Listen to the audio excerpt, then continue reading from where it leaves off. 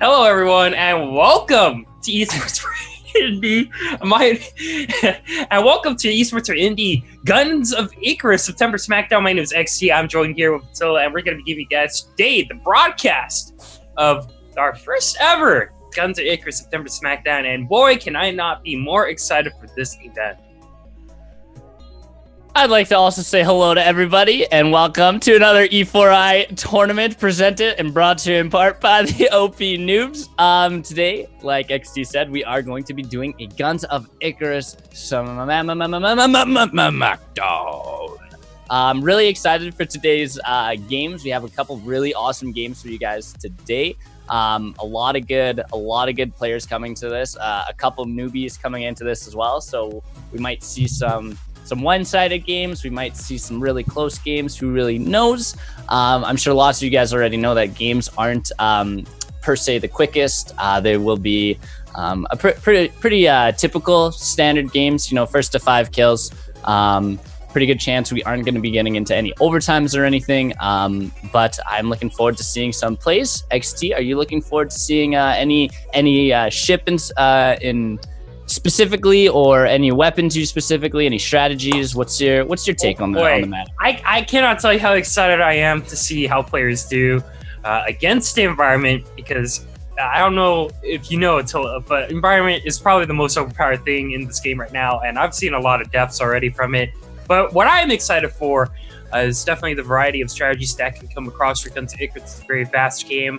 Each teams will consist of 8 players, 4 per ship, so don't be 2v2 combat.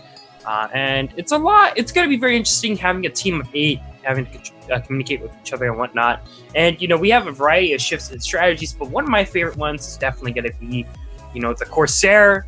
Otherwise known, one of my personal favorite ships from a previous event for Guns of Icarus is definitely the 8 gigabyte RAM, which basically the whole entire strategy is to go up to you and ram you for a kiss cam or an upcut. But you'll have to see, because even before we can even talk about any of these ships, I think it's very important that we do bring up the rules and most importantly, even the pricing. So let's start with just a couple of the basic rules here.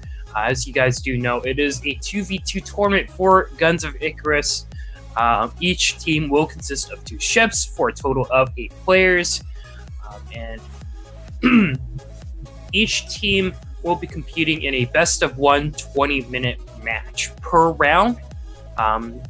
Mode will be deathmatch, and the goal is to get the first to 5 kills to advance. And however, it is going to be very important to note that each match will be this whole entire tournament will be a double elimination. So even if you do lose the first one, you do still have an opportunity to come back if you can do that losers bracket run. But it may just be a little bit harder than just playing in the winners bracket. So double elimination always going to be something very, very intense to really think about, especially in the best of 1 settings. And I don't think any team wants to lose here, so I'm sure a lot of these players will play their heart out. And the maps that will be available for this tournament will be Fight Over Fernfield, Northern Furlyords, Partian Rumble, Canyon Ambush, Wazer Hazard, Clash at Black Cliff, Misty Mutiny, Ashen Scuffle, and Graveyard Rumble. Shoutouts to Lasagna for the Canyon Ambush, by the way. And most importantly, it's very important that each team will be able to get 4 minutes before the match does start to prepare their ships for combat, because, you know, with each map there is going to be different environments, different strategies you can implement, and even size, because you never know what can happen in Guns of Icarus. And not to mention, there is a ton of variety, a lot of weapons, a lot of great ships. This is going to be a blast to watch. And, you know, for overtime, we will be doing... I'm sorry. Okay, so for overtime, when time limit is going to be reached, the match will continue if ships are doing match to each other, ships have spots, or if ships are within 1,000 meters of each other. A referee that will be spectating the match will announce overtime in chat. If any of these conditions are true, overtime will end when 5 kills are reached by a team, 3 minutes have elapsed, or if the teams have been disengaged. And disengagement is defined as both ships on either team are respawning simultaneously. If no significant damage or if no significant damage is being done for at least 30 seconds. So keep that in mind. There are still opportunities for people to come back. But to overall just go under the tournament, some just important points. Once again, 20-minute matches will be 20 minutes. It will be a best of one, and it is going to be a double elimination. Tilla, let's talk about the prizes. What will our players win if they're able to come out on top of the September Smackdown? So something to make note about the prizes, because each ship is operated by 4 players, the prizes will be dished out for the 4 players only. Just because, to give away prizes to second place and to third place, that would also be meaning to give away up to 16 different things for each player as well. So just a reminder that we will be giving away exclusively the prizes for the first player team. Something to make note of what XT was saying as well for the prizes, the first place players are going to be going home with Sudden Strike 4, 4 copies of that. Conan Exiles, 4 copies of that as well. The Surge will be giving away 2 copies, so you guys might have to dish it out however you guys seem fit. Kerbal Space Program as well, which is another really excellent game. We've given away this before on previous E4i tournaments. Great game. The Escapist 2 copies of that as well. Dead Rising 4, 2 copies of that. Ken Follett's The Pillars of the Earth, a single copy of that game. Ukulele, oh my goodness, if you guys don't know the game Ukulele, people have a lot of bad stigmatism around it because it's very much like Banjo and Kazooie, and it doesn't hold the standard as Banjo and Kazooie once had, but it is still an excellent game. It's still very, very fun. Ukulele is a great game. 1 copy of that. NBA Playgrounds, 2 copies of that. Kona, 2 copies of that as well. Serial Cleaner, and that is also 2 copies. So lots of games with 2 copies. So, as the first place winner and as your team decides, dish out the games fairly, and we have a lot of keys to give you guys today. So you definitely, first place is definitely something people want to try for. It's not just for bragging rights. It's for those really juicy prizes. Like, that is a lot of games. That is, definitely over 10 games for sure, to be dished out between the 4 players. So you guys have a lot to look forward to playing in this tournament, trying to get that first place. So now that we finished talking about some of the rules and some of the prizes, XT, shall we go over the bracket a little bit here? Well, even before we go over the bracket, I think it's very important that we are also going to be continuing our mega giveaways later on stream. Attila will be the person hosting that. So shout outs to you, Attila. And our mega giveaways today are going to be Tropical 5 Complete Collection, Kerbal Space Program, and to round it all off, Planetary Annihilation Titans. So stick around for that. In between our matches, we may be doing these mega giveaways, maybe unannounced. You'll have to see. You'll have to pay attention to the Twitch live stream, and definitely going to be very excited to do these with you, Attila. So you're going to have a lot of fun with these prizes. Yeah, so as XT was saying here, definitely stick around for those mega giveaways, guys. We do them live on stream, so if you guys are watching the Twitch chat or even listening to the audio, you can still answer, whether you're at work on a Saturday or driving in your car and you want to listen, or if you're at home, maybe you're playing games and you're listening, definitely stick around for those mega giveaways because it's a chance to win really great games, very easy to participate. It's really just a trivia question. The stream is delayed by 1 minute as the rules state, just because, we can't be having any stream snipers. So there will be a minute delay for the question and the answers. So obviously it's very important to stick around and answer as soon as you hear that question. Now getting back into the bracket, XT. Now that we've done all the super fun parts of the stream, let's get back to the serious, game filling excitement part of the stream here.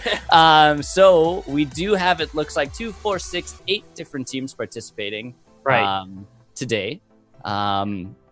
Personally, this is my first time with the Guns of Icarus community, so I'm not extremely familiar with everybody, but I'm looking forward to seeing, the top dogs and who's controlling this guys the best. Yeah, and with 8 different teams, there are 8 players per team with a total of 64 players in our tournament today. So even though there are 8 teams, there's still a lot of players participating in this tournament so far. So just to give a couple of shout outs onto the teams that are competing today, going down the bracket here, our first couple of teams, Skyborn Rangers, whose team captain is going to be Sunstorm, Egg 2, who's going to be captained by Splagnet, Storm Riders from Dementio, Morph or Sunlight Syndicate, Morph being a very interesting name to pronounce, I would say. Morph is Morog Ramsdal Filgescommune. Okay, well, I tried. Yeah, once again, Morph, going to be a very interesting team to watch. Legio Lepieratoria Leviathan, captained by Captain Scrowbeard, Blue Rotted Thralls, captained by Gura Orgras. The Aerial R&D Agency, which is going to be captained by Flypaste. And I do believe I'm missing one more. Spud's Magnificent Glorious Squadron, captained by Spugnet. That is going to be our 8 teams, our 8 captains that are going to be playing today for a total of 64 players. So once again, it'll be very interesting to watch here. And you don't want to miss this tournament once again. It is going to be so exciting to see all of our players compete in this. Yes, definitely, XT. I believe we do have a team participating that I believe is friends with some of our staff here. Some of our support staff, his friends decided to join today's tournament. So I believe it's the Legio Lepidoptera Leviathans. I believe that is the team. So I'm definitely going to be watching them because I don't believe they are maybe, let's say, the most skilled players. But I'm definitely excited to be rooting for them, as like the friends of friends is always somebody I'm gonna look for, because if you're a friend of mine, if you're this person's friend, I'm your friend. It's just kind of how it works. It's just being a good person. So I'm definitely looking forward to their game as well. But I'm really excited to get this first game started as well with the Skyborn Rangers against Egg 2. I think that's a kind of a fun name here. Yeah. Well, I do want to keep in mind that a lot of our teams here today do have a lot of history, so we'll be giving a little bit of insight on that before the matches go on. So always very important to know a little bit behind the teams competing here today. And I'm super excited to watch on how all these teams are going to be doing here, as, man, it is going to be so fun to watch these 8 teams compete and see who is going to come on top on our spectacular September Smackdown. I do know that there are a couple key points here.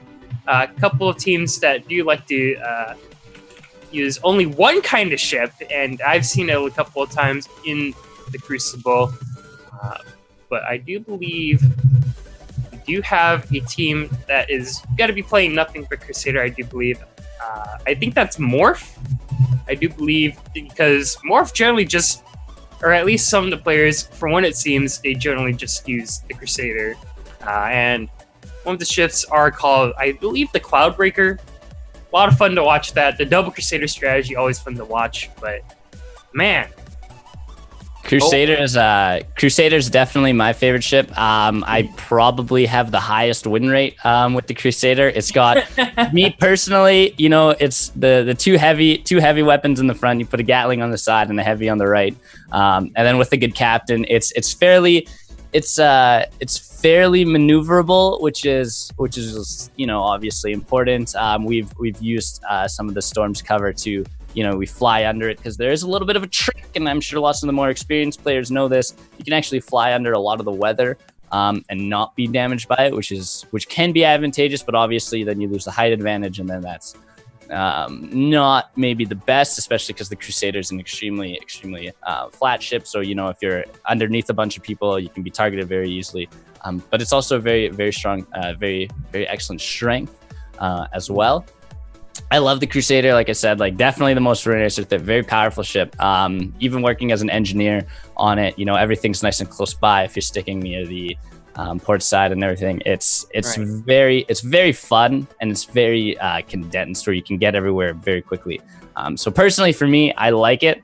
I don't know about you, XT. What's your favorite ship here? One of my personal favorite ships that I've had the pleasure of watching is definitely going to be the Corsair. The Corsair, definitely one of those ram it in kinds of ships there. Always a ton of fun to watch. I do remember one of the first tournaments I did see a ship called the 8 GB RAM, and that team's only goal was to literally run at someone and just ram to death there. And it is one of the more fun ships that I've seen. Although there is pretty big weaknesses, its gun usage is kind of rough. But it doesn't really matter when you are aiming for those kiss cams and the tiger uppercuts. So definitely a ship to watch out for there. If we do see the Corsair, that is going to be a ton of fun to watch. And generally, whenever we do see the Corsair, especially in a 2v2 tournament, we do see it generally being paired up with another ship that can be easily maneuvered. And Trike being one of those popular options, I do believe. A lot of builds that you can go with for the Shrike, but definitely another fun ship to watch out for. I've always liked to see Shrikes run into each other and see who dies first. But I also really like the design of the Shrike. The design of the Shrike is a very nice looking ship. It looks so cool, kind of like almost piratey. It's a very much of a piratey looking ship. It's got that big thing in the front too, so it's very cool. Yeah, definitely. And it is going to be so much fun to watch the September Smackdown. To see how our tournament is going to unfold. So going to be a lot of fun to watch out for. And once again, folks, we do want to remind everyone that it is a double elimination. So even if your favorite team does lose in the first round, they do still have an opportunity to come back in the losers bracket to potentially get that first place prize of our super bundle of games that we just went over. That's going to be a ton of fun. A lot is on the line here today, folks, and you don't want to come out the loser in the September Smackdown. All of these teams are going to be playing their hearts out, I'm sure. And as we are going to be getting to our first game soon, we are going to see who is going to come out on top for the September Smackdown. Like you were saying, yeah, there's definitely the double elimination. Having a losers bracket is always really great because you never really know exactly what's going to happen in a game, whether it's the first, everybody's kind of warming up still. Maybe it's your first game of the day. Maybe you didn't play it the best you could. You get sent to the losers bracket. But now you're warm. And then maybe you're heating up, and then you just win, get yourself to the winner of the losers bracket. You get bumped to have a chance back at the at that first place prize, which again is so big. I love OPN because they we're not cheap with the games we give out for prizes. It's not like, hey, congratulations, you win only Kerbal Space Program. It's, oh, by the way, here's 16 copies of 4 different games, and it's like, oh my goodness, what is going on? Yeah. So it's it's amazing. So that chance to win that is definitely great. Getting into the losers bracket is not the end of the world. Don't let that stop you from doing your best. Keep motivated, keep going strong, plan out some strategies, play the best you can. It's always good, especially because these are 4-player squads. So teamwork is obviously very important. Listening to your captain is very important.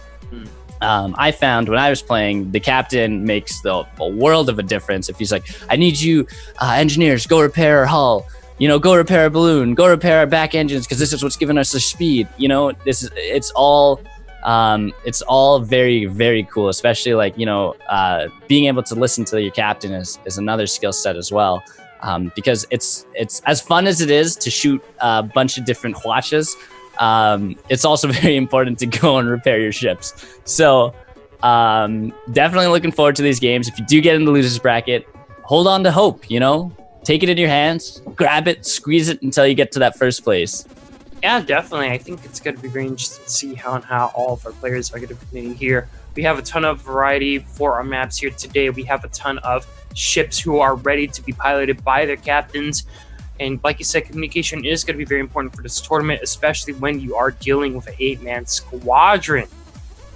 So it is going to be super awesome to see on how all of our teams here compete today. As once again, this is going to be a 8-man, 8-team tournament.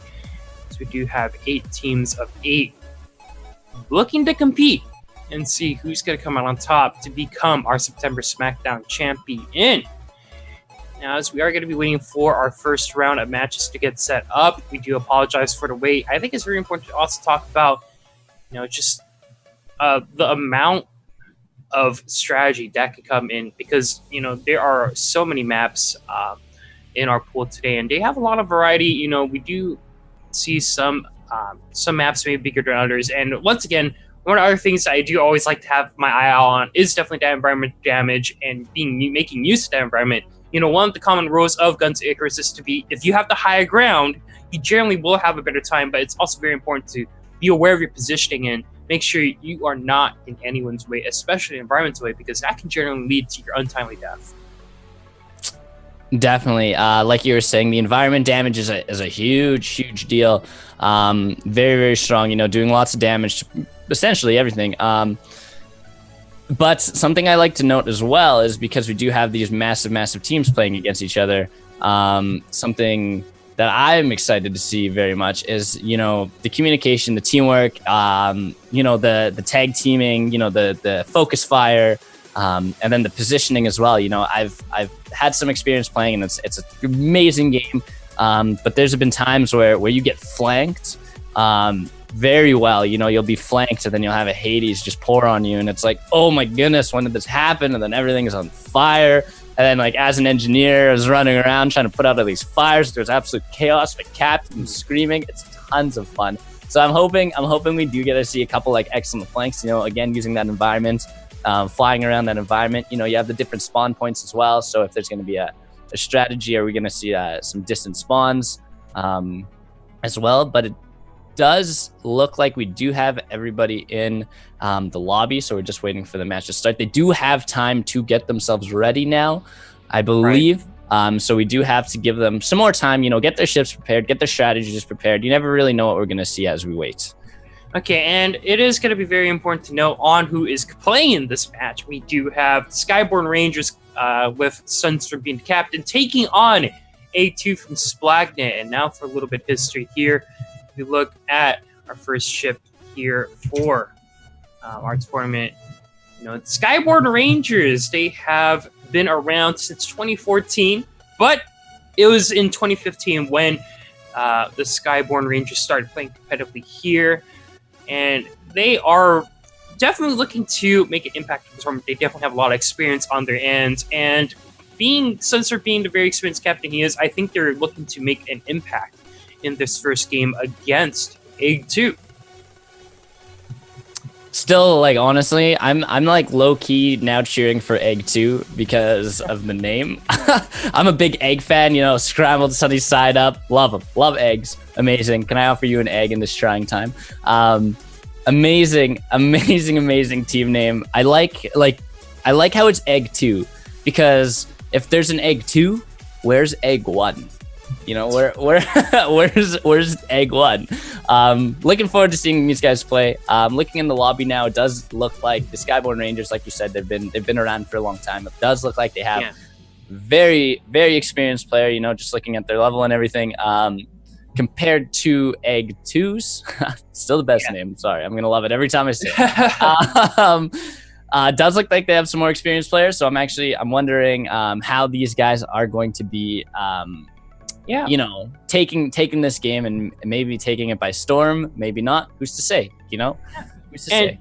Just a little bit of stories here for our wonderful dudes at Egg 2. They actually did have an original Egg team, but unfortunately, their first conquest at Natural Selection 2 did not end well. They are just a lovey-dovey group of guys who are looking to play Guns of Icarus, and they've had a good amount of time. They've played since 2015, but they've definitely been playing around other games, so they're looking to see what they can do in this Guns of Icarus tournament. Definitely going to be the underdogs, as I believe this is their first competitive tournament. So definitely a David versus Goliath situation here. We look at the Skyborn Rangers. They have a slew load of history behind them, and for Egg 2, they're just looking to do their boys proud here as they are looking to see what they can do in our September Smackdown. So is Egg 2 going to crack under pressure, or are they going to see the sunny side up and scramble their opponents? Oh my lord.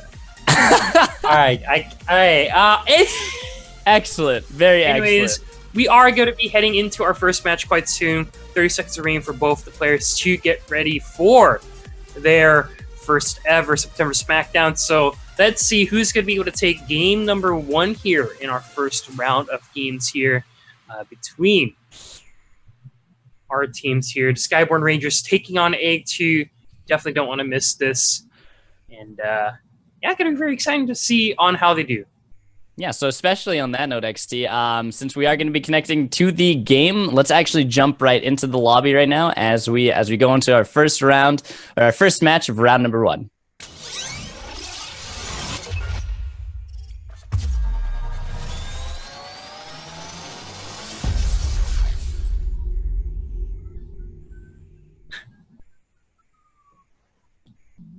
Here we go, folks. Game number 1 here for our September Smackdown, round 1. This is going to be the Skyborn Rangers taking on Egg 2. And let's do some ship callouts. We are on Canyon Ambush here, and to start things off, ship number 1 is going to be, it is going to be Victor Crucero. Actually, the Crucero here is going to be piloted by Sunstorm. It is going to be triple watch, double Gatling gun, and flat cannon. Ship number 2 here, we are going to have Anna, who is going to be piloted by Hellfire. It is going to be the Shrike here, and it's going to be a Carronade, Watch, a Flamethrower, Gatling gun. Going to be very interesting to watch.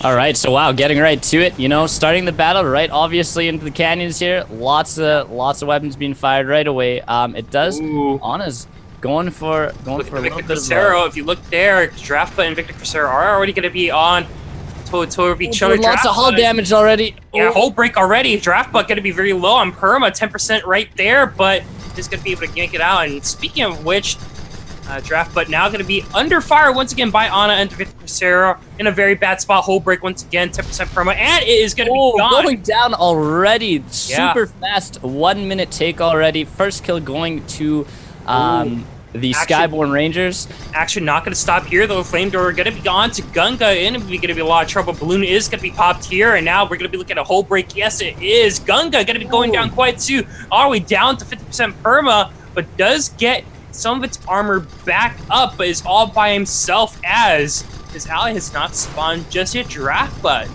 Weapons and engine down as well, and it's going to be 2 kills for the Skyborn Rangers. Very, very quick. That was about a minute and 30 seconds into the game. Skyborn Rangers coming into so strong, barely taking any damage to their ships. Ready for the second fight. This is another really great part about Guns of Icarus. You might lose your first battle, but now you sort of have the advantage on your spawn placement. You can get your strategy prepared again. The enemy team might be spaced out a little bit scarcely, so you can focus fire. But now actually we're going to see both of the Egg 2 teams, or ships, spawning back in right now. Yeah, but look at this. Gunga Gari going to be spotted out by the Victor Crucero and Anna. Draftbutt pretty far away from everyone here. And Anna now taking a little bit of fire, maybe seeing a hull break quite soon. But it's a 2v1 situation as Draftbutt is trying his best to get to everywhere. We might be seeing a hull break soon. We already have 3 engines down for the Gunga, and 1 cannon's going to be down to Goldfish. A relatively squishy ship here, but already a balloon and a hull break here. Going to be under fire. Draftbutt going to be on his way to see if he can get him out of here. 50% perma for the Gunga. Could be going down quite soon, though. Victor Crucero be doing its best to see if he can get it down with the Gatling gun there. Here you see a lot of damage going to be done to the Gunga, and I don't think it's longer for the world, but Draftbutt going to be meeting here. Hull break already out to the Draftbutt, but look at that. Oh my god, Gunga already be going down, and now Draftbutt is in a 2v1 situation. Yeah, Draftbutt definitely playing the longer spawn, should have held back. Unfortunately, when his teammate was under that 2v1 fire, he should have definitely ran away. Taking so much hull damage now. Look at that, the perma. All his weapons down. Everything's going down. Armor. All's on fire. Everything's on fire. Unfortunately, not going to be good for Draftbutt here. Great name, by the way. definitely should have played the further back. Taking the close spawn was a very big risk. They should have definitely attacked together instead of individually like that. Common strategy is just to stick with their teammate. Have both ships close by. Obviously, together makes a world of difference. So let's see if they can come back from the 4-0 here. Yeah, definitely. But definitely one of the bigger things to really keep in mind. You say, Attila, that being able to spawn is going to be an advantage, but when the enemy knows where you're going to be headed, it's going to be so much trouble. And look at that, if you already looking at Ana is already on top of Gunga, already trying to see if he can do anything about it. Gunga going to be under a lot of fire. We might be seeing a whole break quite soon. 2 guns already down for the goldfish. Still a relatively squishy fish ship here, and we already see the Victor Crucero coming in from behind Draft, but now maybe in a little bit of trouble. We do see a good situation going on again, but Ana maybe seeing a hole break quite soon. We haven't seen one hole break just yet from there, but no, wow. Look at that already. The Draft, but does go down in the end there, and it looks like in a very, very quick fashion, game number 1 is going to be taken down by Skyber Rangers, and that will knock E2 to the loser bracket. Very, very quick game. That was probably a 5-minute match. Obviously, that's about averaging one kill per minute for the Skyborn Rangers. We knew they were an experienced team, obviously. Everybody being extremely high level. Just their experience in general definitely showing in this game. We saw Ana immediately, the strike, go immediately for the spawn points. Very, very fast ship, obviously. So being able to get around is definitely in its forte. And then even with the 1v2 situation, we saw Egg2 not being able to spin around very quickly and, losing that 1v2 advantage early on. And obviously the communication between the red team, the Skyborn Rangers, very evident, hey, by the way, these guys are here, turn our ship around, immediately start the offense. Very, very excellent plays for these teams. I think a very important thing to note here, though, although I will have to compliment Skyborn Rangers for just very immaculate play, being at the right place at the right time, and knowing exactly where Egg2 was going to spawn. Egg2 a little bit miscoordinated, and I think that's where, you see the competitive experience being shown there from the Skyborn Rangers. Egg2, this is the first ever competitive experience in Guns of Icarus, and already a super rough matchup. They had split spawns. They just didn't have a lot of focus there. They didn't really have great positioning, and they didn't really know how to use their ships, I think, properly. They didn't really have a lot of great maneuvering, and, I feel like they were just sitting ducks in that matchup, and really goes to show how much experience does matter in our September Smackdown tournament.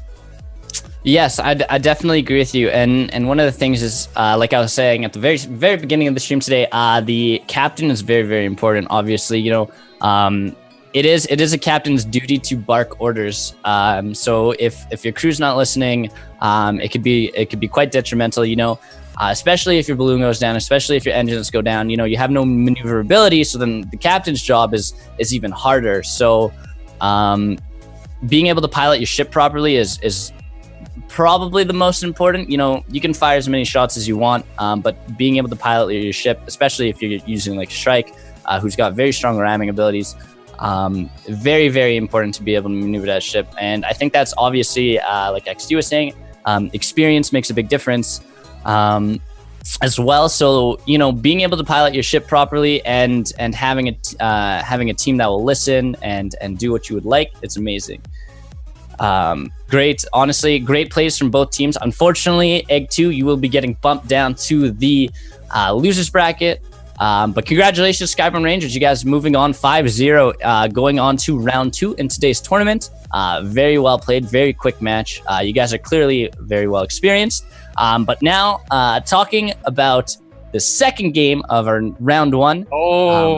We do have Spud's Magnificent Glorious Squadron against the Storm Riders. Very cool name on both sides of the spectrum here. XD, what are you looking forward to here? I am looking forward to the RLS Cloudbreaker, and if you guys don't know,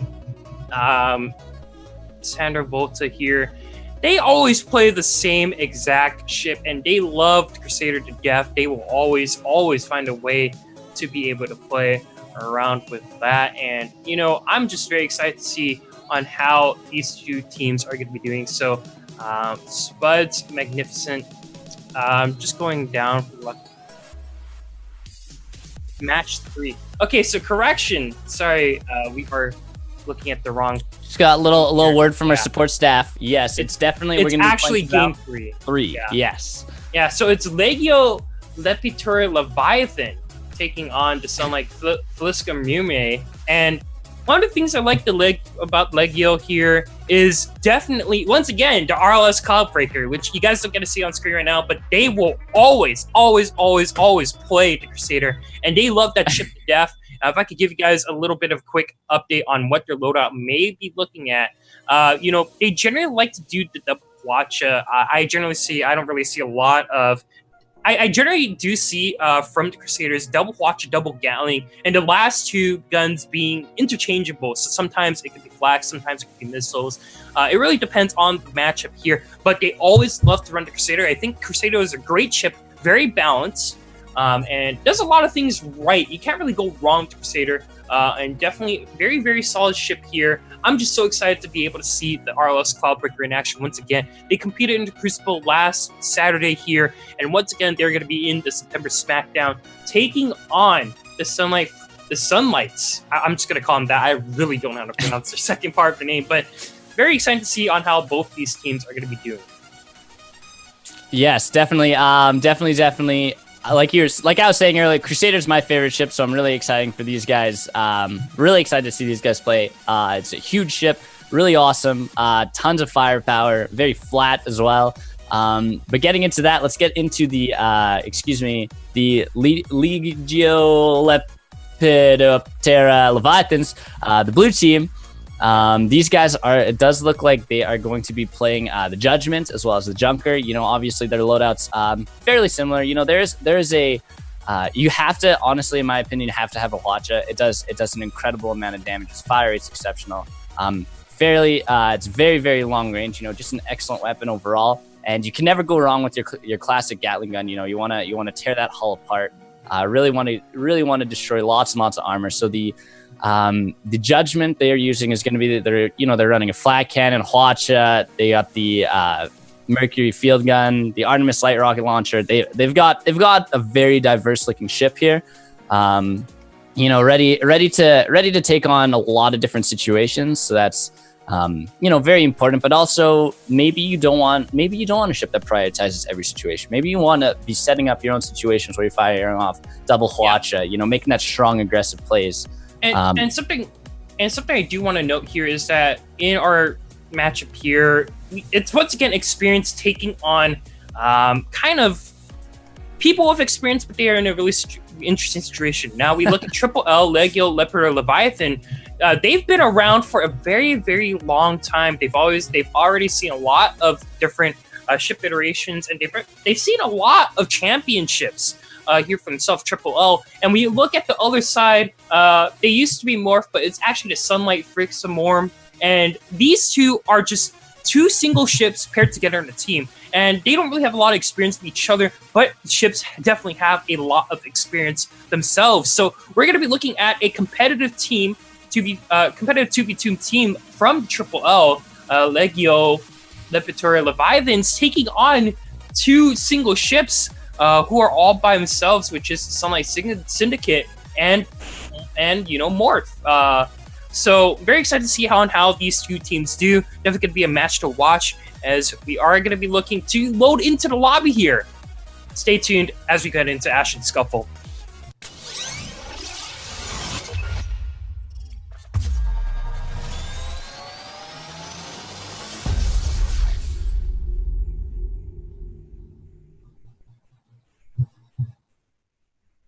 Perfect. So we do want to just remind you guys how the game works, how the tournament's running down. It's, of course, very simple, very, very simple rules. First to 5 kills, 20-minute matches with limited time, I guess you could say, in overtimes. I don't generally predict very many overtimes, obviously, because we do have very skilled players, like X2 was saying today as well. Well, either way, now it is time to do ship callouts here on the red side. We do have Triple L themselves. On the first ship, we have the RLS Breaker, the Crusader, infamous for always being that. It's going to be piloted by Center Volta. It's going to consist of double Hwacha, double Gatling, and double Flak. Going to be very interesting to watch. Our second ship update is going to be the Stutz Camp for Zerg. The Junker here, going to be piloted by Scrapjack here. We're going to be looking at a double Gatling gun, double rocket launcher, and a double barrel mortar. So that's going to be very interesting to watch. Yeah, and then on the blue side of things, we do have a Judgment, as well as a Pyramidion, which in fact is the very first ship that I played when I started playing Guns of Icarus.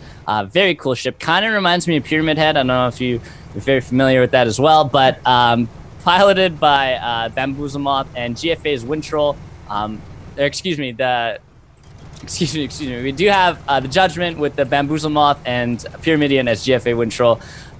It does look like these guys are... This is a fairly large map. Correct me if I'm wrong, XT. Very, very large map. You know, we are going to be looking for some long-awaited action here compared to the first game.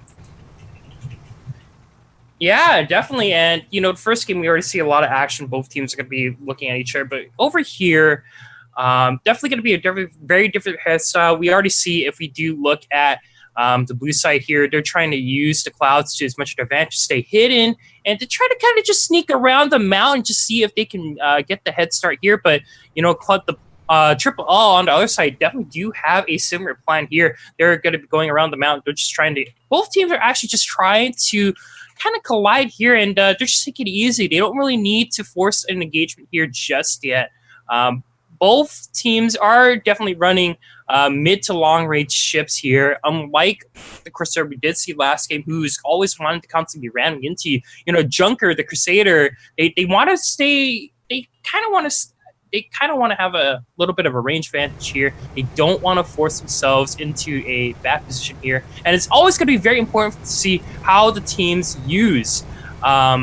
You know, the clouds, as already... Here we go. We're going to be seeing a little bit of interaction here. The Cloud Breaker going to be the first to fire the shots here. Bamboozlemoth going to be taking a lot of damage. We may be seeing a whole break right soon. Two guns already down onto there, but they are managing to keep up the toll, and we already see two separate encounters happening, as we do see on the backside the Studzer is going to be taking on the Wintroll, so it's actually two separate 1v1s. And this is kind of what I like to see a little bit more than the last match. You know, it's going to be a little bit slower of fights, clearly, with both teams individually fighting each other. Nice solid ram there as well from the Pyramidion. Both teams doing a fairly good job. You know, 1v1s are slower. You know, you fire off your weapons, you have to reload. Your engineerings are repairing. It's typically slow, but let's see if Bamboozlemoth here is going to turn the tide and get the first kill of round 2 here for the Triple L. Look at that damage and coming out already from the Bamboozlemoth. Great kill onto them, and looks like when you pair two single ships with a ton of experiences with each other, they're going to force those two separate 1v1s. And, you know, the Cloud, you know, Triple L, they couldn't get together. They're forced into a very bad spot here, and that's exactly how, you know, the Sky or Sunlights are going to be running dispatch. They want to split you up. They want to be able to have that individual ship experience over you. And now the Cloudbreaker, the Crusader, going to be all by himself. We already do see a whole break, but right now we are looking to see on how they're going to be doing. Once again, the Wintroll is just going to be in a 1v1 situation against the Cloudbreaker, while the Bamboozlemoth just going to be off to the side, just waiting to see when the Junker comes right back up. And it's just going to be waiting at the entrance, the only way for the Junker to come back in. And once again, we're going to be seeing two separate 1v1s coming out from here. Great play for so far from the Sunlights. And oh my goodness, another very, very strong play from Bamboozle. You know, that was actually very, very excellent to watch. You know, Wintroll kind of baited, pulled him back into Bamboozlemoth's range. Right. Bamboozle's not really playing that aggressive push, you know, baiting him in and then firing those extremely heavy shots to do so much damage and get that elimination again. You have to be so careful with the Bamboozlemoth. You can't underestimate the flak cannon there. It's going to be a great way to definitely break the armor, I do believe. But right now we are going to be seeing a little bit of reset, but both the teams from the Sunlight know exactly where they're going to be spotting. But look at that. If we can look to see at the blue team real fast. The Sunlights, they're using the clouds once again to their advantage. Once again, I have to remind all reviewers at home, if you are new to Guns of Icarus, it's super important to use the clouds to your advantage, because unless they have a flare, unless the enemy team has a flare, they're not going to be able to see your positioning. But look at that. They are going to be knowing where the Cloud Breaker is going to be spawning from the Crusader. And we do see the Bamboozlemoth just waiting in the clouds while the Wintro is going to be putting itself out in the open. Like you said earlier, Attila, they want to do this. They want to bait out the 1v1. But as soon as that happens, the Sunlights are going to be looking to see if they can sneak away a kill here. Let's see if they can force that same strategy again. So here's the thing, like you were saying, it's time to reset. You know, both of the red team they did spawn further from each other, and now they're like, okay, we need to regroup. We need to understand what's happening. Both teams are now officially regrouped. Although the red team does have a fair bit of cloud coverage over there, it's not going to be too much because both teams as well know generally where each other are. So as long as you're looking in that direction, you can be prepared for an attack, prepared for an assault. As well, but we are going to see actually Wintrol. He does look like he kind of wants to peek in there. Gonna take the cloud cover for himself as well. And then Bamboozlemoth once again staying far behind. He's got those really long range cannons, and got those very long range cannons. All right, I'm not sure if you guys can see currently on viewers at home, but both the teams right now are going to be hidden by a giant wall actually. So Studs may be poking out, trying to peek out to see if he can find anything, but he's going to be blocked by the cloud, so he can't see where the Wintro or the Bamboozlemoth are just yet. So the Cloud Breaker going to be playing from behind, just going to be waiting to see when is the opportunity for the Crusader to come right out, but the Junker right now going to be going into the clouds most likely, trying to see what can happen, but the clouds are going to be in the way and will not reveal just yet the positioning of Bamboozlemoth and Wintro, so that's why they're not engaging. And even though it may look like from our spectators' point of view that they can clearly see each other, you have to keep in mind how powerful the clouds are. And because neither of these teams, I do believe, are not running flares, they're not going to be able to see each other, and it's just going to be a blind luck of fate to see who's going to be able to just kind of poke out first. And this is extremely exciting because once they do find each other here, my prediction is Cloudbreaker is going to peek over the wall and start using some long range fire, while Stirs takes most of the assault on his end. But it does look like the teams are honestly just slowly circling each other, and this is really interesting because it's not so much a waiting game as it is the person to make the first move. I do want to point out right here, right now, Attila, sorry to interrupt, but look at that. The Sunlights actually they use the clouds to get right behind the wall, and they may actually be going for a flank right now onto Triple L. So they have no idea this is happening right now. Great play coming out, although not really action-packed. Great play coming out from the Sunlights here, being able to sneakily use the clouds to protect themselves. And now, because once again, might I remind you guys, neither team is using the flares. They can't get to see past the clouds, and we may be seeing a flank coming in pretty soon. While I do believe, if we look at the other side, Triple L actually do use the clouds to kind of reposition themselves from the wall, and they're going to be right behind the mountain right now, so we can bring up the mini-map right here. Both the teams are completely on the other sides of the planet. They're just going to be looking for each other at this point, and I think that really definitely means that, neither of these teams, because they didn't run the flares, they're basically playing this really blind. I think it's just I don't know where I want to consider this a huge game of hide and seek, or just both these teams trying to get the better positioning and trying to see what they can work with. But if we look at the timer right now, both these teams have 11 minutes on the clock, and right now there is advantage over to Sunlight. Now, I think this is hilarious because, like you were saying, how powerful the cloud coverage is. I think, they did know each other. They did know where each other were at the same time. But now both teams lost each other, and now it's kind of, like you said, it's a hide and seek match. It's where is the enemy team? Okay, well, look at the minimap right now. The Wintro and the Cloudbreaker are going to be on a collision course to find each other first. But look at that. Little does the Cloudbreaker know it's going to be a 2v1 situation quite soon. Bamboozlemoth is going to be there quite soon, but we may be seeing a whole break onto the Cloudbreaker quite soon. But Armor is going to be able to repair itself, and now the Studs is going to be able to catch up. We are going to be seeing a 2v2 situation. Both these teams are just going to be winning each other out, but we may be seeing some combat back and forth here. Just long-range shots being used by both ships.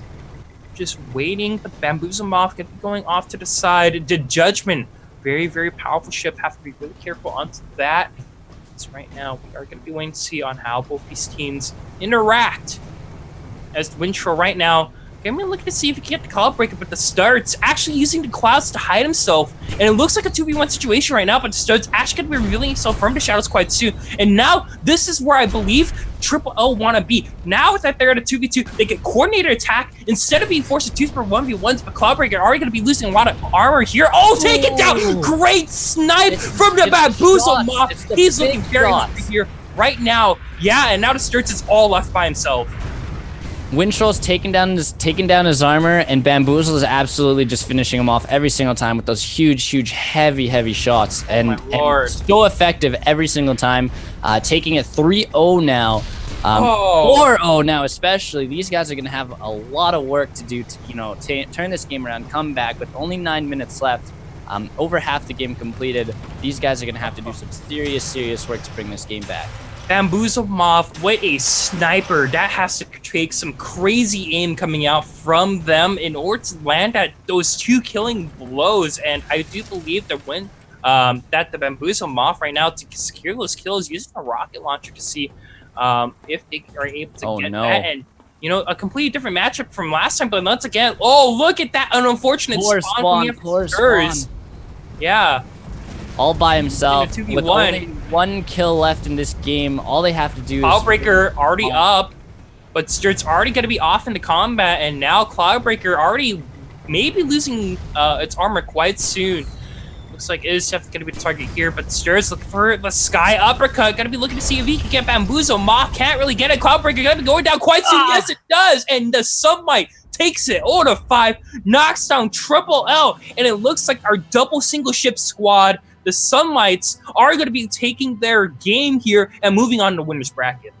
I'm not too sure what player it was who was on that cannon, but man, those snipes were incredible. Such long-range damage, and with nearly 100% success rate on those hits, the accuracy was incredible, doing so much damage. That player clearly with a ton of skill on those cannons here. Yeah, and I think I really do have to hand it to the Sunlight Squadron over them for themselves. I have no idea how I'm going to be able to pronounce their second name here, but just being able to utilize those clouds to its fullest effects, and just in the very beginning forcing those 2 separate 1v1s, definitely the turf they want to use, and they know how to pick apart this Triple L Squadron. Now Triple L, very interesting, they are going to get knocked down to the losers bracket, and they are going to be seeing it is going to be very interesting to see how they do there, as now they're one more loss away from being knocked out of the tournament completely. I'd have to agree with you on that note as well, XT. I do believe we will be moving on to round 2 as well. I'm just waiting for a word from our support staff here. But congratulations though to the Sunlight Phil Kescommune. Very incredible name as well. We're expected to see a lot from you guys, especially after that 5-0 win. So, I'm rooting for these teams who are clearly extremely prepared. They have strategies prepared. They're flying their ships with impeccable accuracy. They're taking those shots. They're using very strong strategies with the baits, the pulls, and then that heavy fire. As well. So going into the next match, I'm really excited to see some more of those plays. Obviously in the last one we saw that cloud cover, we saw some long flanks, we did see a little bit of where's the enemy team, a little bit of cat and mouse kind of chasing, which was rather amusing for me, using that cloud cover and that big wall, and then having both teams fly around it with such care. And then losing each other. It was a rather enjoyable match for me to spectate as well. I do have to apologize. I do believe I got the ships mixed up here. It turns out that LO actually did indeed win there. I just mixed it up completely. I had the wrong forms up. I'm not really sure on how that happened, but looks like I do have to apologize. I do believe that Triple L is going to be moving on in the tournament. The Sunlights are actually knocked out, but still same story. So I guess kind of to just go back a couple steps, kind of just reset here. you can't really pair two single ships together and really get a lot of synergy there from the start. And Triple L from the start off are just able to really take over the matchup there. And it looks like, the championships are really nothing to scoff at for themselves. And definitely going to be very interesting to see on how. So I just got word as well from our support staff here. It does look like we are going to be playing the first round of the losers bracket. So we are going to be seeing two of the same teams we've seen already. One, Egg 2, or maybe two Egg 2. I'm sorry. We're going to be having Egg 2, who's captained by Splagnet, against Spud's magnificent, glorious squadron, who is captained by Spudnik. In the first match of the losers bracket. Quick reminder that if either team loses this game, they are going to be outed from today's tournament. So no chance of that really juicy first place prize. So I'm looking forward to seeing how these guys play. I'm looking forward to seeing how Egg 2 chooses to get into this next match. Obviously, we did see a 5-0 sweep onto Egg 2 in the first game of the day. Unfortunately for them, they did get to the loser bracket, but now with the chance at redemption. Are they warm now? Are they going to be heating up to continue on to the next round of the losers bracket as well? So, I'm somewhat cheering for Egg 2. Let's get you guys on the frying pan. Let's get you cooking. Let's see how you guys do. Yeah, and it looks like right now that for this matchup here, it is going to be Spud's Glorious Squadron taking on Egg 2. And yes, so it does look like we almost have all the players in the lobby. It's really great. Just a quick reminder, I just want to say thank you to everybody who is waiting to play their games. It's really tough to organize 8 people for a tournament. So, I just want to say thank you to whoever's, leading each group and each squad. Organizing that many people does get a little bit tiresome. So just thank you to you guys for doing that as well. It's not easy, and I just want to personally say really well done. You guys are getting into the lobbies on time. You guys are clearly very experienced player. It looks like you guys are all excited to play. So again, just thank you guys so much for being really excellent players. Well, now let's talk about the teams here. Spud's magnificent Glorious Squadron. This is going to be first time on stream here right now.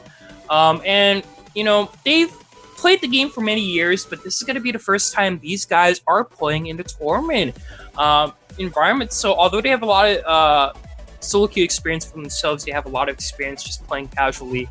This is going to be definitely their first opportunity. And kind of like Egg 2's story here, both these teams here, they don't really play competitively. They just have a lot of experience in the game. It's going to be very exciting to see on how these two teams handle the situation. And, on the Spud's Magnificent Squadron, some of their players have won teams, have won tournaments, but as a team, this is their first time together. They haven't really won one before. So very exciting to see on how these guys do. While Egg 2, still definitely another interesting team to watch out. They're definitely the underdogs of this tournament. They are the 8th seed, so the lowest seed out of all the teams here. And they are just looking to see if they can make an impact in this 2v2 tournament.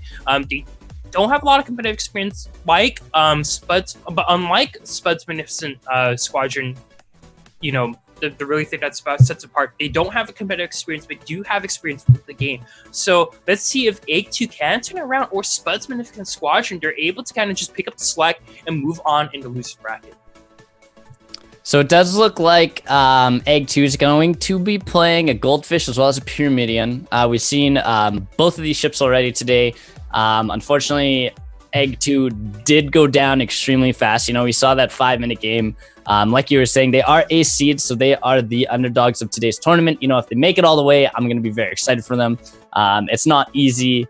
It's not easy for you to be outed and then now play in the losers bracket. So I hope these guys' morals are still really high up there.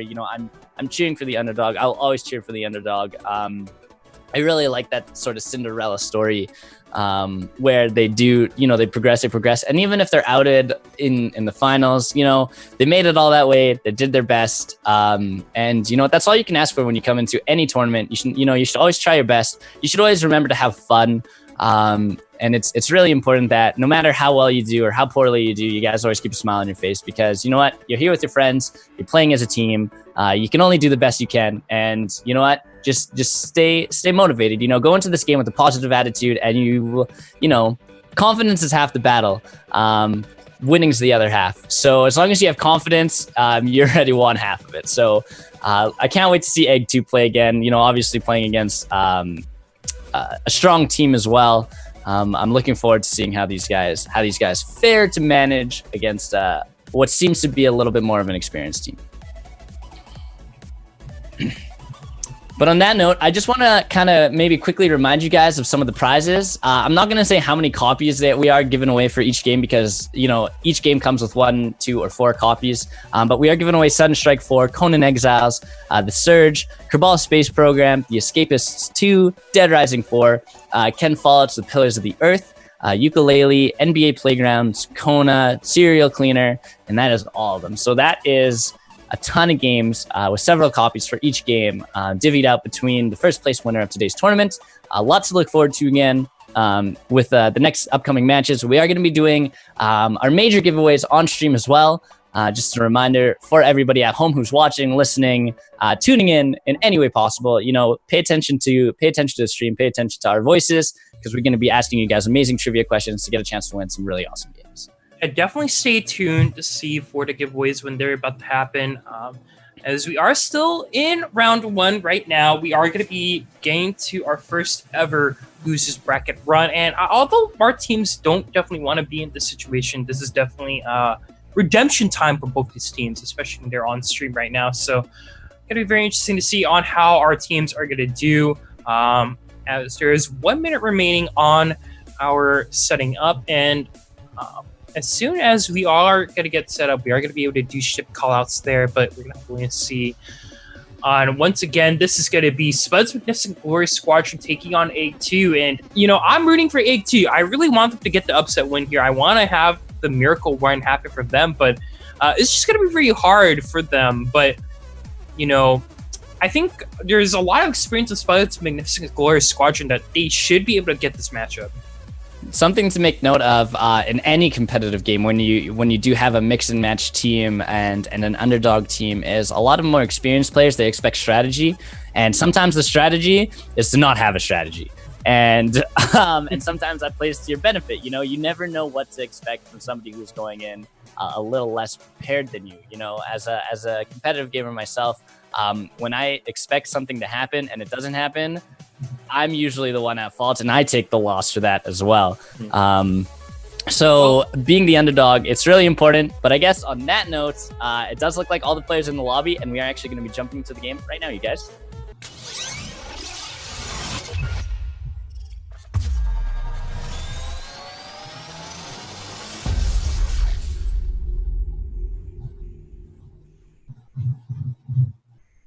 And here we are, folks. We are going to be doing another Ashen Scuffle here. Once again, it's going to be very interesting to see on how our teams interact. But on the red side, it is going to be Spud's Magnificent Squadron here. And their first ship is going to be the Queen's Kirin's Revenge. The Galleon going to be piloted at Water Is Me. They are going to be running triple carried, actually, a rock carousel, Hawacha, and flare gun here. So flare gun always going to be very important.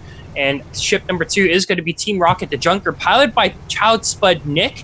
It is going to be double rocket launcher, double Gatling gun, and mortar here. Very good loadout there. So on the blue team, we also have Egg2, the Gunga Goldfish, as well as the Giraffe Butt, who we've seen before, with the Pyramidian. These guys are going to be, it looks like the Gunga will be running the Dragon Town Flamethrower, the Whirlwind Light Gatling Gun, as well as the Manicore Heavy Hwacha. Still one of the best words to say. We were talking about that earlier. Hwacha, amazing weapon name. And that is piloted by Skipper Splagnet. We do also have Giraffe Butt running the Barking Dog Light Carronade, Whirling Wind Gatling Gun. Gotta have the Gatling Gun. The double-barreled motor, as well as another Gatling gun. So they're running double Gatling guns, and that is piloted by Able Sailor Evil Tater. Well, here we go already. Both these teams are going to already initiate fire, and Draftbud actually going to be going very, very offensively, looking for the Ram, actually maybe going up too close, but he is already taking a lot of fire. Balloon going to be down, and now he's just going to be sinking there. Hole break going to be coming in, but still, Draftbud looking for the Ram, only gets a little bit of hole from Queen Kern's Revenge, but does go down, and now Gunga all by himself trying to defend this 2v1 situation on the Goldfish. Goldfish already very, very squishy. Have to be careful. Hole break going to be coming down. Does lose one of its guns, and I don't think it's going to live for very long here. Just very unfortunate positioning there. And Draftbud, I think, just a little bit too aggressive. I'd have to agree. Running in that close to an enemy team is never super duper beneficial, especially because the Goldfish does have the Hwacha, which is an excellent, it does have that long range capability for just overall hits. But when you're close range with the Hwacha, it's like a big shotgun. It shoots so many missiles so close together in a very wide spread. So if you hit all those at very close range, it's excellent. But Draftbud not having a Hwacha is not maybe the best choice to have it in the close range. But once again, just going all the way up. Hole break already here for him, and also is going to be losing a little bit of ground. Draftbud maybe a little bit too aggressive here. Is going to be able to build up its armor, and I think Draftbud just needs to play a little bit back to just chill out. But Gunga now going to be taking a little bit of fire. Hole break going to be coming out for them. They definitely don't want to be there anymore, and both these ships are going to be backing up. They aren't seemingly managing to do any dents into Team Rocket and Queen's Current Revenge, and Spud's Magnificent Squadron, they're just looking like they should be able to take this match with Draftbud. Once again, very interesting aggressive positioning, but just taking so much fire and maybe going down quite soon. Going for these super duper aggressive plays is maybe not the strategy. You can see the Goldfish, you see Gunga playing further back, using some more of his ranged weaponry to do even just a little bit of armor damage. But now going 2-0 for the red team, it's going to be looking pretty grim for Egg 2 here. Just need to come up with a little bit better strategy instead of just going in for those rams. Do some damage from afar and get that single target focus might be the better best bet here.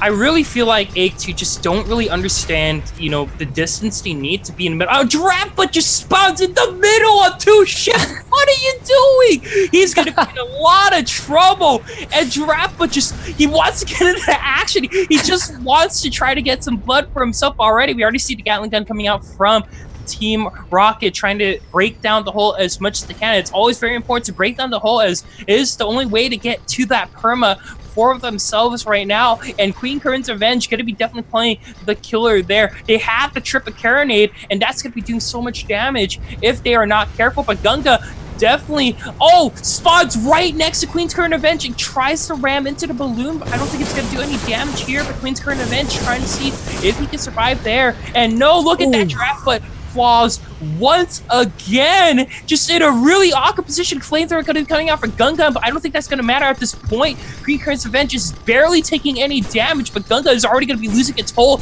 and maybe looking to lose all of its perma quite soon. Maybe looking at a quick 5-0 once again, this time by Spud's Magnificent Squadron, but we're going to have to wait and see. 15 minutes on the clock. Queen's Current Revenge looking to position himself very, very falling right under Gunga, but Draftbud spawns right back in. One more time, he's in it for some more, and Draftbud may actually be the one to lose this game, but we're just going to have to wait and see. Team Rocket's still going to be looking to see if he is going to be using the Gatling gun, and yes, it is going to be used to its fullest effects. Draftbud just not being able to move, maybe going down quite soon. It's not moving at all. It's waiting to die. So much action. Oh no, Draftbud. Oh man, just unfortunate. But Egg2 do get taken down, and just like that, Spud's Magnificent Squadron, they get the boost they need, and they move into the tournament, and Egg2 get knocked out. Unfortunately for Egg 2, you guys did your best. Maybe a little bit too much excitement going into that game in terms of overall offensive plays. But unfortunately for you guys, you are now officially outed of today's tournament. Thank you for playing. Definitely go home. Definitely get some practice in. Definitely try to participate in some of the other matches in the future as well. thank you guys so much for playing. Spuds and Magnificent Glorious Squadron, you guys will be moving on to the second round of the losers bracket as well. Very, very unfortunate for Egg 2. Getting that 5-0 sweep going into their second game of the day is a bit of a loss. But keep your motivation high, come back, play again. And I think it's very interesting to talk about just how we're going to be looking at this matchup here against these two teams, A2 and Spuds Glorious Squadron.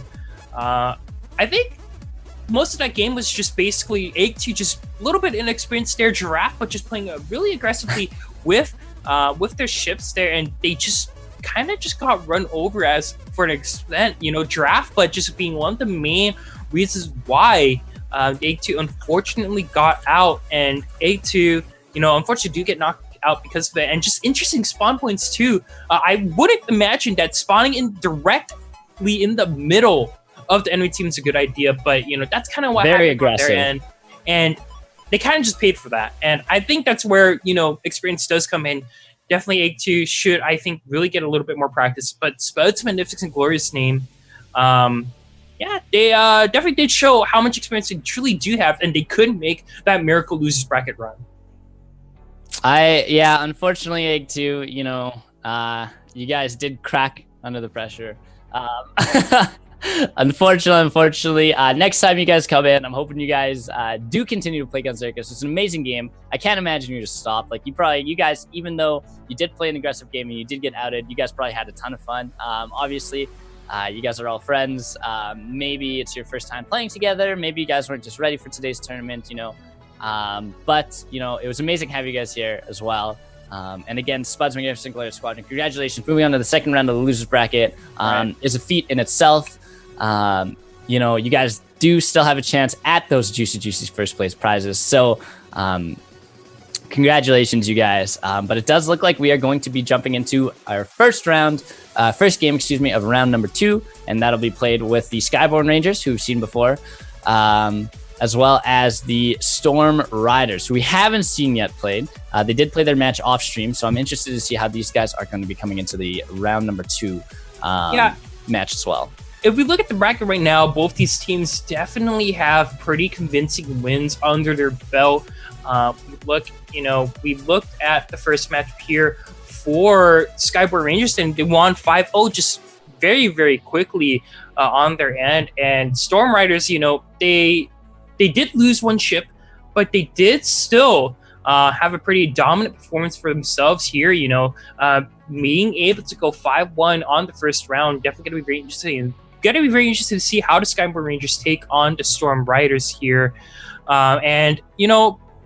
Before we even get to the next match, I think it's time for some giveaways. I think so too. Yeah. Now that we are officially at the top of the hour, we are going to be doing our first major giveaway for you guys on stream. So as of right now, I hope you guys do pay attention. XT, I'm going to be taking this away. Thank you guys so much for participating today as well. Everybody who's at home, at work, in their car, in bed. Maybe they're at a restaurant paying attention to the Guns of Icarus tournament presented by the OP Noobs for E4i. We do have our first major giveaway for you guys today. I'm very much looking forward to giving this to you guys. So the first question of the day, pay attention now. Here it is. Please name 3 ships in Guns of Icarus. That is a very nice, simple question for you guys. Naming 3 ships in Guns of Icarus. First person to do it in Twitch chat is going to be going home with the first prize of our major giveaway today. Obviously, it's Tropico 5. The trailer is playing to my side here, I believe. Thank you, support staff. You're amazing. We do have the trailer playing right now, as you can see over in this direction. Really interesting looking game. Please name 3 ships in Guns of Icarus. Very simple question. All you veterans out there are probably like, how fast can I type? Answering these questions, congratulations to anybody who is participating. Thank you again for everyone who is participating at home, at work, in their car. It's my favorite to say these things because maybe you're on an airplane. Who knows? If you're on an airplane, please tell us because that's really cool. But yes, please name 3 ships in Guns of Icarus. Amazing, amazing time, you guys. All you players out there right now listening, thank you so much for participating in today's tournament. Everybody who is still in the tournaments as well, you guys still have a long road ahead of you, but you know, we're expecting to see a lot of really great games as well. Although it does look like we do have our first winner in the chat. I do believe it is going to be going to Diagon Alley. That's Harry Potter, if anybody doesn't know. Thank you so much for participating in the first giveaway, but it does look like we are almost ready for a second match. So on that note, again, Tropico 5, great game. Thank you guys so much for participating in the giveaway. We do have 2 more giveaways for you guys today. I'm not going to tell you what the questions are right now because that'd be cheating, and then you could just find out when the time comes. But we do have the next giveaway is going to be for Kerbal Space Program, and as well as the last giveaway, which we'll be doing on stream again, will be for Planetary Annihilation Titans. Both really great games. I've had experience with one of the 2. Which I hope you can guess is Kerbal Space Program. I think that's an absolutely hilarious game. But thanks again, everybody, for participating in today's tournament. As for keys, we will be sending those out to you guys, our support staff. Our lovely people on stream will be giving those to you guys as well. Welcome back, XT. Hey, what's up? I am chilling out. I did a stretch, but I am back here, and we are going to be coming into our first game here for a second round of matches underway. And once again, it's going to be a very, very hyped matchup here. Definitely both these teams, finals caliber, I would say, and definitely something to watch out for. I am very excited to see on how both these teams are going to be doing in this matchup here. Once again, it is going to be the best 5 or best first to 5 kills. We are going to be heading into the matchup here, so stay tuned, folks. It's going to be a very intense matchup against Storm Riders and Skyborn Rangers.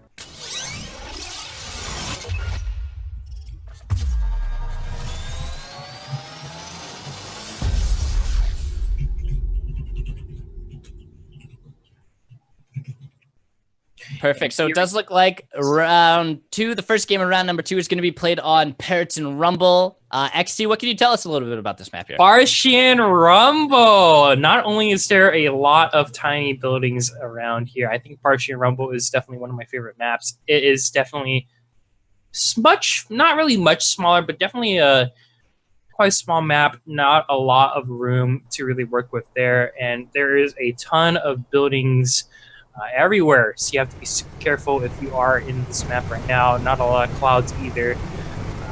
And before we even talk about it, let's start with the ship callouts here. First of all, we're going to be looking at the Skyborn Rangers on the red side. We're going to be looking at the Crusader. Victor Crusader, once again, going to be piloted by Sunstorm.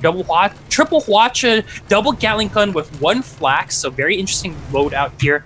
Second ship is going to be, actually, I think it's double Crusader. Yeah, double Crusader. As the Speedy Enchilada, different setup here. Hellfire going to be piloting that. It's going to consist of Carronade, double Hwacha, double Gatling gun, and a flare. Always very important to have. We do have a Fancy Guardian Mobula as well as a Dragon Rage Goldfish. I'm going to go through this very, very quickly. On the Storm Riders side, we're seeing a rocket launcher, a double rocket launcher, Gatling gun, a mine launcher as well as a flare gun, which is interesting because this is the first time we're going to be seeing a flare gun as well. And on the Goldfish side of things, we are going to be seeing light carronade, double light carronade, and as well as a heavy twin carronade. So a lot of carronading going on the blue side of things as well. And with such a small map, we're going to be seeing a lot of action, I believe, very early on. Like you were saying earlier, there's a ton of buildings. Something I really want to point out here, both these Corsairs are running front Hwacha. So once again, Hwacha, very powerful weapon, does have a good amount of range, and already we are seeing the Corsairs in action with the double front Hwachas. Already going to be very exciting. Fancy Guardian Giant's Rage, though, going to be in the middle of that. For Victor's Crusader, though, going to be definitely going to take a little bit of fire for himself. But Dragon's Rage, I think, is going to be a target, and we are seeing 2 separate 1v1s, and oh my lord, look at that damage to the balloon. Victor Crusader may be going down. Yeah. Very, very big quatch damage on the Fancy Guardian. Like you were saying earlier, those Dragon's quatches, Rage. very close range. Now we're seeing the Gatling. Ooh, big cannon shot as well from Fancy Guardian as well. Unfortunately, taking two sets of fire here. Going to be taking a lot of damage through his hull. No more armor as well. Oh. Not going to be enough to take him down just yet, though, but still Great repair. Yeah, Fancy Guardian being able to just repair quite immediately. But I definitely do have my eyes on Dragon's Rage with the triple carronade and the Goldfish, also known as the Blender Fish here because of that. It's going to be very interesting how the Goldfish does currently doing quite well, but Fancy Guardian definitely going to be someone to look out for. Already around that 20% perma, but look at that Dragon's Rage. Got to get gunned down here. We're already seeing the Gatling gun into full effect here from the Speedy Enchilada. Fancy Guardian going to be right under the Speedy Enchilada. Does not want to get crushed by that ship. Oh, look at that sandwich! Enchilada gets the kill. Absolutely crazy. Goomba stomp. He was pushing him down the whole time.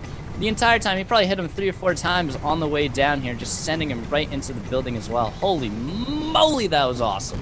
Now Dragon Rage now trying to retreat here. Does not want to be left all by himself. Victor Crucero has other plans. Look at the kiss cam. Gets it. And only a little bit of damage to the balloon.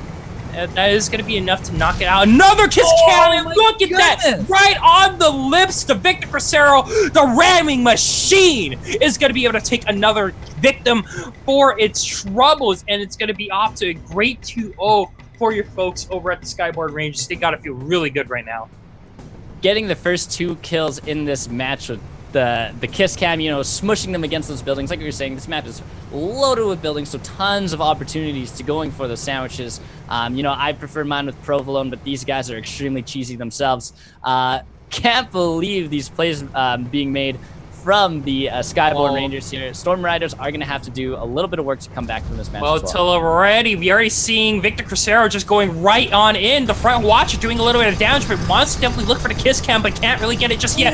Only gets the tip of it, but the Fancy Guardian taking a little bit of damage. Victor Crucero, though, does look to lose the balloon, but look at that. The double Crucero. All the armor. Yeah. Taking tons of damage to the balloon now as well, with the watches being fired out from Speedy Enchilada here. Dragon's Rage coming in for a kiss cam as well, but only getting him on the bottom. Now this is here's a disadvantage for the Skyboard Rangers. You know, they lost the height advantage. They can get smushed here. Pretty easily. Yeah, I think it's very interesting to see that the Crusaders, the double Crusaders, they both went immediately in to try to see if they could get some action, but now, because of an environment, they are forced to back out of there.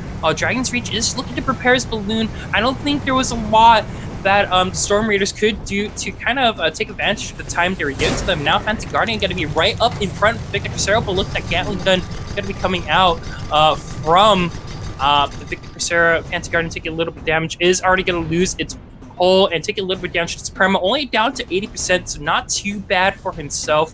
But you have to be so careful with this double watch setup, or triple watch setup with the double Gatling gun and flak. Very dangerous combination, and Victor Crucero gets the kiss cam right on the lips once again. Another really excellent player from these guys. You know, they're taking advantage of the terrain so well. You know, like you said, with the kiss cams, you know, ramming is a huge part of this game, and what I'm liking the most about this is, especially this game, we've seen it happen the entire time. Both teams are trying to take advantage of ramming each other, and unfortunately, the Storm Riders are not doing as excellent as a job as the Skyboard Rangers. If there is a ship that can do it any other way, any better than any other ship on the planet, it is the Crusader. And although I'm not seeing an 8GB RAM, I am seeing a Victor Crusader and an SS Speedy Enchilada just looking for blood. The Goldfish are already going to be sinking under the toilet, going to be flushed down most likely. We are going to be seeing the hull be damaged quite soon, but the balloon is going to go, it's not going to get repaired just yet. He is going to be under, or just on the ground right now. Speedy Enchilada, just a little bit of a, I don't really know that was Goomba stuff, but that was more of just like a kick at the balls at that point. They're just a little bit of a love tap to get the kill there. And 4-0 for our Skyborn Rangers here. They're looking for one more kill to end the game, and Victor Crucero and SS Speedy Enchilada, they are not looking to relieve any of the pressure. We have seen, unfortunately, I think one of the big losses there in that last engagement we saw was that the Storm Riders, I believe the Goldfish was running. He was obviously fleeing from the scene, but he was under balloon fire the whole time. He lost his balloon like 2 or 3 times in the previous engagement, and he was just being so low, not being able to rise back up. So close to the ground, he was at a huge disadvantage there as well. Ooh, look at this. We already see unlucky spawn. Yeah, Victor Crucero already seen Dragon's Rage and is going right into it. Maybe looking for the kiss cam, but Dragon's Rage backs off smartly and is going to back up. And now Victor Crucero loses the balloon just in a really bad spot. We may be seeing a whole break right soon. Yes, we will. And now some permanent damage. That's another one. Right onto the side. Looks for the kiss cam. Only gets the tip. Dragon's Rage taking a lot of damage. Maybe going that quick. So yes, that kiss cam to win the match. That was that? I believe every single kill that match was a sandwich. I believe every single kill. I don't believe I saw one elimination that was due to cannon fire. That was indeed 2 kiss cams and 3 Goomba stops to win that match 5-0. And the Skyriders, oh man, the Cruceros, especially in small maps like that, you know, just taking a lot of advantage there to be able to just come out on top for this game here. And just very important that ship positioning means everything. The Mobula Goldfish lineup, unfortunately, not really working to their favor. You know, both kind of really squishy ships there. Fancy Guardian, not really. The Mobula, pretty tanky itself, but the Goldfish, definitely one of those biggest targets. I think died 3 times just due to a ram. Just something to make note as well. Yeah. Obviously, because of how that last match was played, you have to think about it like this. Think about how the pilots must be feeling right now. Mm-hmm. You know, those rams are all due to the pilots. You know, with the slight advantage on whether your allies, your engineers, and your gunners are popping those balloons. You know, so you really get that height advantage. But you gotta understand that those pilots were doing just an exceptional job with their flying, with their pinpoint flying, with those rams.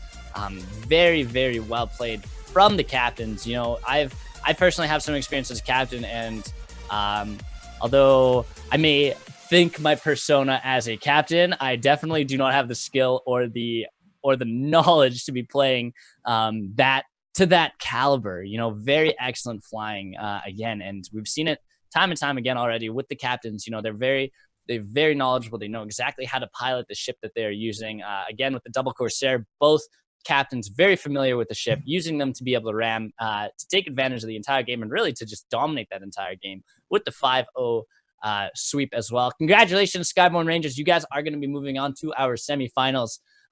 Unfortunately, Storm Riders, you will be getting dropped down to our losers bracket. You do still have a chance, of course, to continue playing and to get back into the final games as well. But don't forget, you know, keep motivated, stay strong. You guys obviously still have a chance. And it does look like we are going to be moving on to the second game of round number 2 in the winners bracket, I guess you could say. We're gonna be looking at match number 8 here.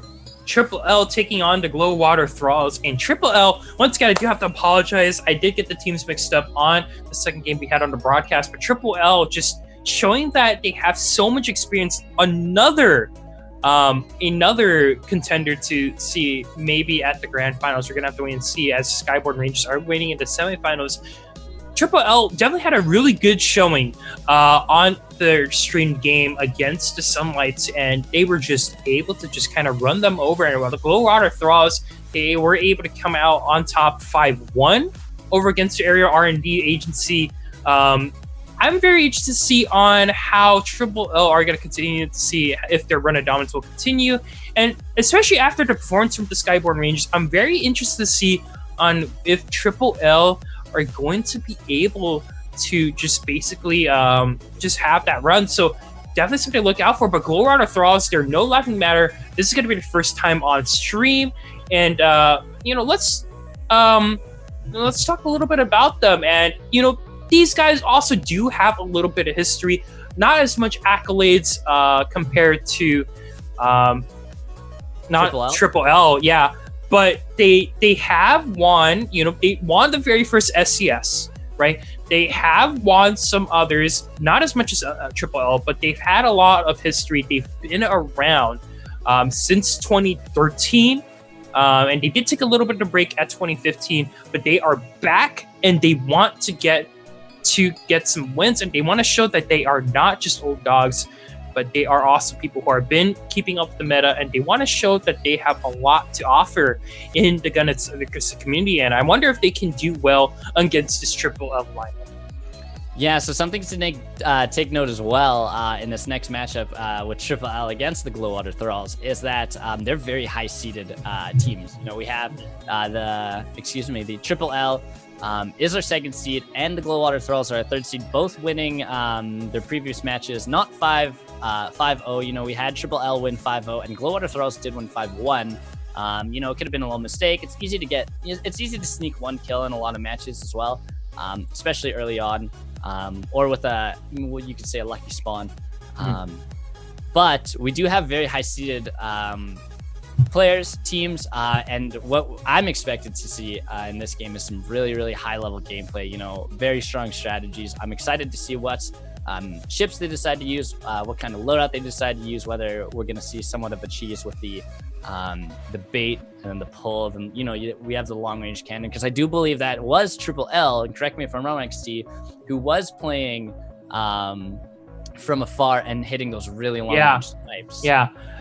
Generally the strategy was that Wintro would be able to kind of just come out a little bit and just kind of bait out the enemy team for just a little bit of an engagement there, and the Bamboozle Moth would just snipe out the opponent whenever possible. Yeah, Bamboozle Moth, definitely the ship to look out for. Gets a lot of those killing shots, mostly from, I believe, the rocket launcher there.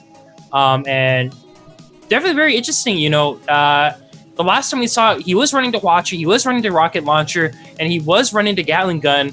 Gonna be interesting to see if they do change the law. I do also believe that he was running the carronade and a light cannon, but mostly to note was definitely that the rocket launcher there, getting a lot of those snipe kills coming out from Bamboozle Moth, and Runtro just being able to be on the Pyramidion, just being very tricky to kill, just being able to just take down the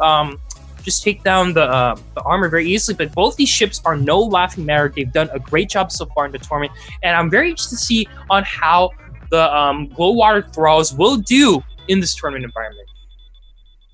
Yeah, I would agree, and I think something to make note again as well is, of course, we have Bamboozle Moth, you know, playing the Judgment, you know, hitting those long range rocket launcher snipes, very, very strong. But the choice of pairing that with the Pyramidion, and it actually does look like they just changed the Corsair. The Pyramidion it does have an armored balloon, so being able to tank those shots to make those bait pulls is very, very strong play. You know, as well, you can tank a little bit, bait the enemy, hit those long range snipes, and we saw time and time again that is devastating. That is a devastating rocket launcher. Yeah, I'm very interested to see on how both these teams will do. Once again, they do still have 2 minutes to make some adjustments, and I do believe although we won't say just yet on what's going to be happening, Triple L will be doing an adjustment to their squadron for themselves. They're going to be changing one of the ships. Going to be very excited to see what they got for themselves. While I think the Thralls are going to be sticking with their old lineup, we're going to see. Very interested to see on what it does. I think right now, you know, I showed a lot of love to Crusaders, but I think right now, Crusader definitely one of the ships to watch out for. I think it's definitely proven to be one of the most powerful ships we have this tournament. And, you know, I may not have a lot of experience with Guns of Icarus, but right now, from my point of view, I think it potentially is going to be one of the ships in which can make or break the game. Just very, very tanky overall. Ram damage just does so much, and especially when you are taking advantage of the environment, Crusader can just make a lot of positional plays that can just kind of throw your opponent off guard and just do so much damage if the enemy team is not expecting it, and we may be seeing double Crusader. It is an extremely maneuverable ship. You know, obviously a ship that is built for ramming has to be maneuverable. You know, and we saw it in the last game. You know, very, very quick turns, tons and tons of speed, lots and lots of ramming damage as well. So you know, seeing that on a team is important, especially to take note, as if you are going to be you're going in for that ram damage, you're going to be up close and personal. It's good to have a nice close built weaponry on your ship as well. And then pairing that with the Judgment, who's looking for those long-range picks. You're going to be taking a lot of heavy fire up in the close range, but as long as your teammate has very exceptional aim, and we've seen that already, going to be able to take advantage of that as well. Get your Corsair up and close, break their armor, and then use that rocket launcher, hit that very long-range snipe. And just a quick reminder, who's playing in this next game? It is the second game of round number 2 with Triple L, the Legio Lepidoptera Leviathans, against the Glowwater Thralls. And on that note, you guys, let's jump right into the game here.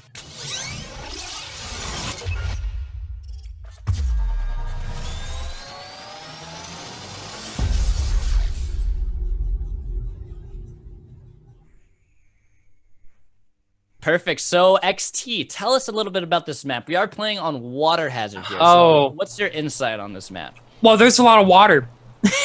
Oh, So Water Hazard, definitely one of a very interesting map. It's actually pretty wide, believe it or not. There's a couple of pillars that are standing in the way, but yeah, gonna be a very interesting map. A lot of clouds though, so something definitely to keep in mind. So flare definitely may be important, but let's talk about the ship calls here.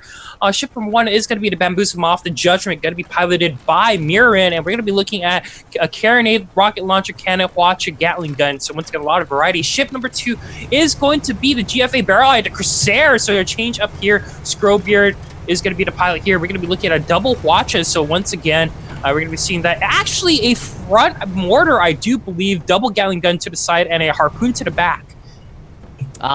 As well as the Glowwater Thralls on the blue side, we do have the Giant Cheetos running the Corsair, as well as the Akihabara Sunday, amazing name. The Junker ship, the Corsair will be running a heavy mortar, obviously the double Hacha, double Gatling gun, as well as a harpoon gun, which is fairly interesting. And we do have the Akihabara Sunday, who is going to be running double light rocket, double Gatling gun, as well as the double barrel mortar.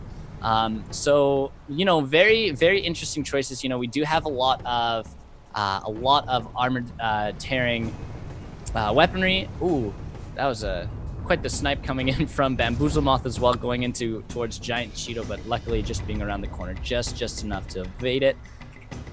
Yeah, well, right now I do want to keep in mind that looks like both teams are running forward Modar Corsairs, so they're definitely trying to snipe each other right now. Bamboozle Moth, though, just getting a little bit more hull damage, I do believe. Wow. Both Triple L ships are generally untouched, but look at this Giant Cheeto already going for the ram, maybe looking for the Bamboozle Moth, and no, misses! Unfortunately, not going to be able to get it. Now in a very bad position, Barrel Eye and Bamboozle Moth looking to punish, and look at that Giant Cheeto almost losing into Balloon, maybe losing a lot of his hull damage too, but maybe able to disengage quite safely because Akihabara Sunday is definitely going to be in the area. That was a very excellent play by Akihabara Sunday, going around that pillar, not allowing Barrel Eye to be able to shoot him while also being able to shoot Bamboozle Moth. Very strong play, trying to get rid of Bamboozle Moth early is, in my opinion, a very strong move. Look at all this cannon fire right now, dude. What an absolute firefight right now. Yeah, Giant Cheeto still definitely taking a lot of damage, but Bamboozle Moth does lose its hull right now, able to get it, but it's down to 50% perma, so definitely have to look out for that. Barrel Eye, though, gotta be looking to see if he can recover. Does lose its balloon, so can't really help out his friend. Bamboozle Moth, Triple L, maybe in a little bit of trouble right now. Bamboozle Moth maybe going down its first death of the whole entire tournament. You don't want that to happen. Giant Cheeto, though, maybe losing its balloon soon, but using the mortar to see if he can poke out the Bamboozle Moth. Still missing a little bit, but Akihabara Sunday up in front and center onto Bamboozle Moth, and we get it. Going down, Bamboozle Moth going down for the first time in the tournament, not being able to get away to use that long-range fire that we've seen him use before, very strong. Barrel Eye is definitely going to be choosing to retreat here, it seems. Definitely going to want to reset. Corsair, very good ship, very, very maneuverable. It's going to be able to sneak away here. We're probably going to be seeing a little bit of a chase as long as Bamboozle Moth can spawn in to assist here. We might see a little bit of a turn.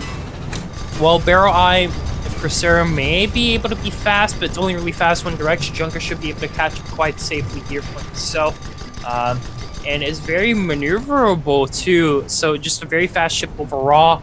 Very good on Akihabara Sunday. I think it's a great counter to, the Judgment, who's, kind of slow, but just great long-range damage. We've seen what the Bamboozle Moth has been able to do at a safe distance, but gonna have to wait and see if that is going to be enough to get this game out here. And already we're seeing a little bit of a combat here. Giant Cheeto still taking a little bit of fire for himself. We might be seeing a whole break, but he's still relatively healthy, 80% perma. But we do see that whole break right now. Giant Cheeto gonna get sniped away.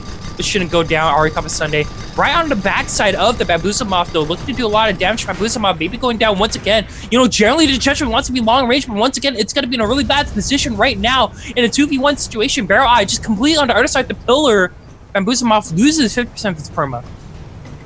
Barrel Eye, unfortunately, being in not a very strong position, trying to distract Akihabara Sunday, you know, especially because he was behind Bamboozle Moth now. Bamboozle's taking tons and tons of damage here. Unfortunately, not being able to get away.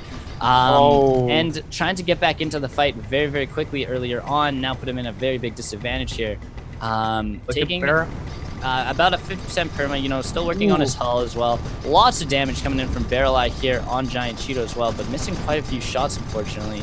Yeah, also does miss that ram. Barrel Eye not able to take out Sunday just yet. The Junker always a really tricky fellow, so one of the great ships to deal with that Coursera and also deal with the Judgment. I think it's a great call overall. If you get into the Bamboozle Moth's face, you know, there's not really much you can do here, and Bamboozle Moth already got to be taken down once again.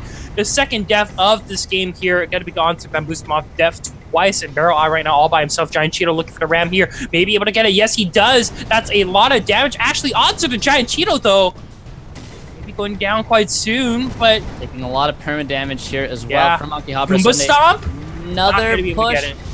No, and now Barrel Eye just gonna be taking a lot of damage. Does not have a balloon right now, in a very rough spot. 2v1 situation. Giant Cheeto just trying to back away. He goes down here. Unfortunately, Barrel Eye going to be getting destroyed. It is 3-0 for the Glowwater Thralls, doing an excellent job. You know, I believe what they are doing right now, they understand, you know, got to get rid of that Judgment. We have to get rid of him. He's obviously a very, very big playmaker, especially with that rocket launch here. But now we're going to see hopefully some longer spawns. I do believe both teams are waiting to spawn, or excuse me, both of the Triple L are waiting to spawn in together, hopefully trying to get a nice reset here.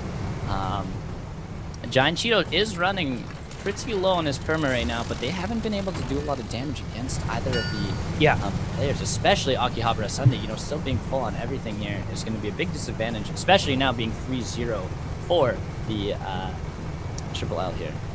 I have to applaud the Thralls for using the Junker here to its fullest potential at the moment. I haven't really seen a lot of Junker recently in my times of casting the Crucible and the Chaos tournaments, but right now, Junker proving to be really effective against the Triple L composition. You know, when you get into the face of Junker, it's just very hard for him to kind of just get out of there.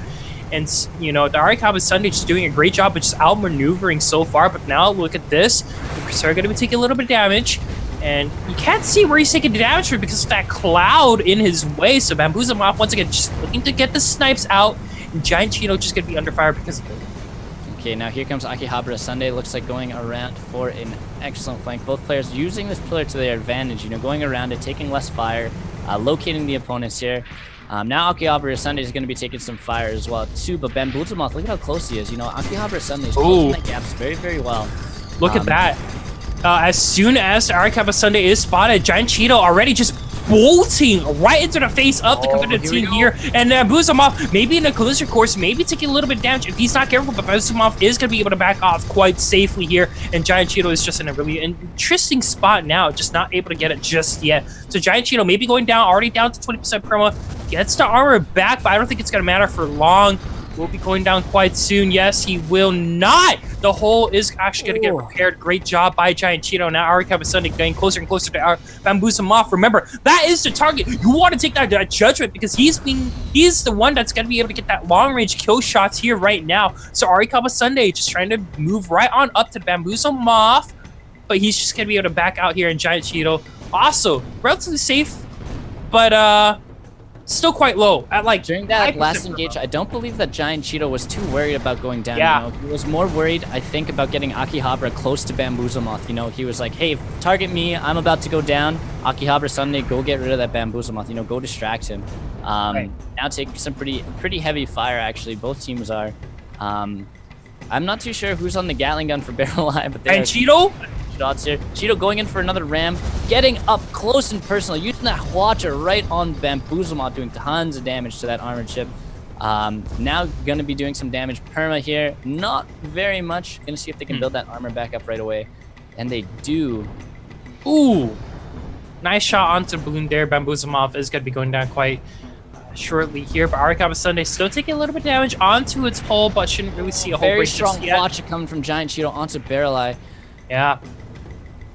Both teams kind of just poking at each other. Not being able to do enough damage to really get rid of that armor.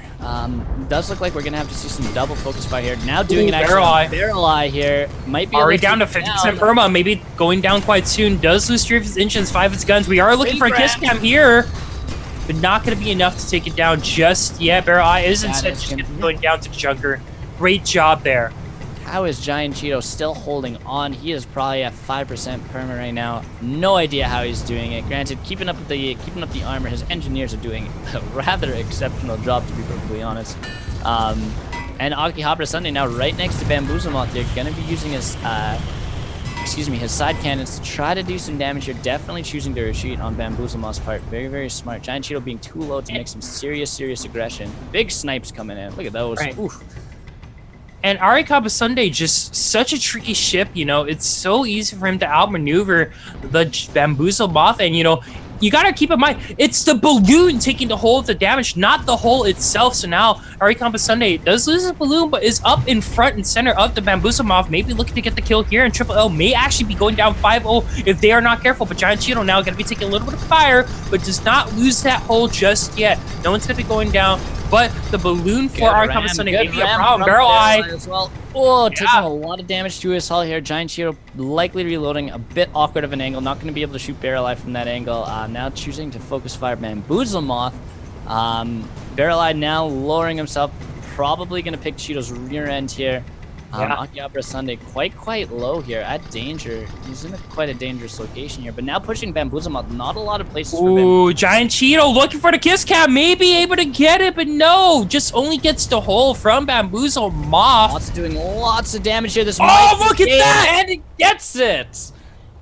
Huge play right at the end, getting that beautiful kiss cam into the stomp, pushing him right into the water with the fire from Akihabara Sunday. Really excellent teamwork. You know, I love the end of these games. You can see the players' avatars. You know, they're excited. We won the game. Congratulations to us. Unfortunately for Triple L, they are going to be dropping down into the losers bracket. Huge play from the Glowwater Thralls, man. Not even losing a single life. I don't even know how Giant Cheeto held on for that amount of time. You know, being at so little health. Unfortunately, I don't believe that the enemy team could have known this. You know, except if the knowledge of the player makes a big difference, whether or not you can see how damaged the ship is. Although not being able to take out one of the players and getting those 2v1 situations where we could damage the hull even just a little bit, just to get that advantage. Was really excellent from the Glowwater Thralls here. Yeah, definitely. I think the Thralls had a really great strategy there, being able to use that Junker to really get into the face of that Judgment there. Bamboozlemoth, a long-range ship, generally looking to get the kill shots after Crusader is going to be up in center, but this time they are just, they're forced to kind of change it up against Thralls here, and I don't think they were able to adapt in time. Just unrelenting pressure coming out from the Glowwater Thralls, and they are going to be going to the semifinals to take on the Skyride, or sorry, they've renamed to the Pomelos. Yes, so we had a little bit of an error. The Skyborn Rangers, they entered under the wrong name, so we have them changed now officially to the Pomelos, which is actually, if I'm not mistaken, a very interesting name. Yeah, sorry. I don't actually believe that Pomelos is probably a word, but now we have them playing in our semifinals. They were first seeds, so we are expected to see them go very far into this tournament. But those after the performance from the Glowwater Thralls, taking that game 5-0 against the second seeded team, I'm really looking forward to seeing how these guys match up in the semifinals against these guys here as well. It does look like we are now officially going to be playing, I believe, match number 10. Correct me if I'm wrong, XT. Yeah, it is 11. It does look like we are playing match number 11. We are just waiting. 10. This is 10, not 11. Oh, yes. Excuse me. This is 10. Yeah. Yes. But yeah, that last game, obviously excellent plays. We did see some big snipes, but it wasn't as effective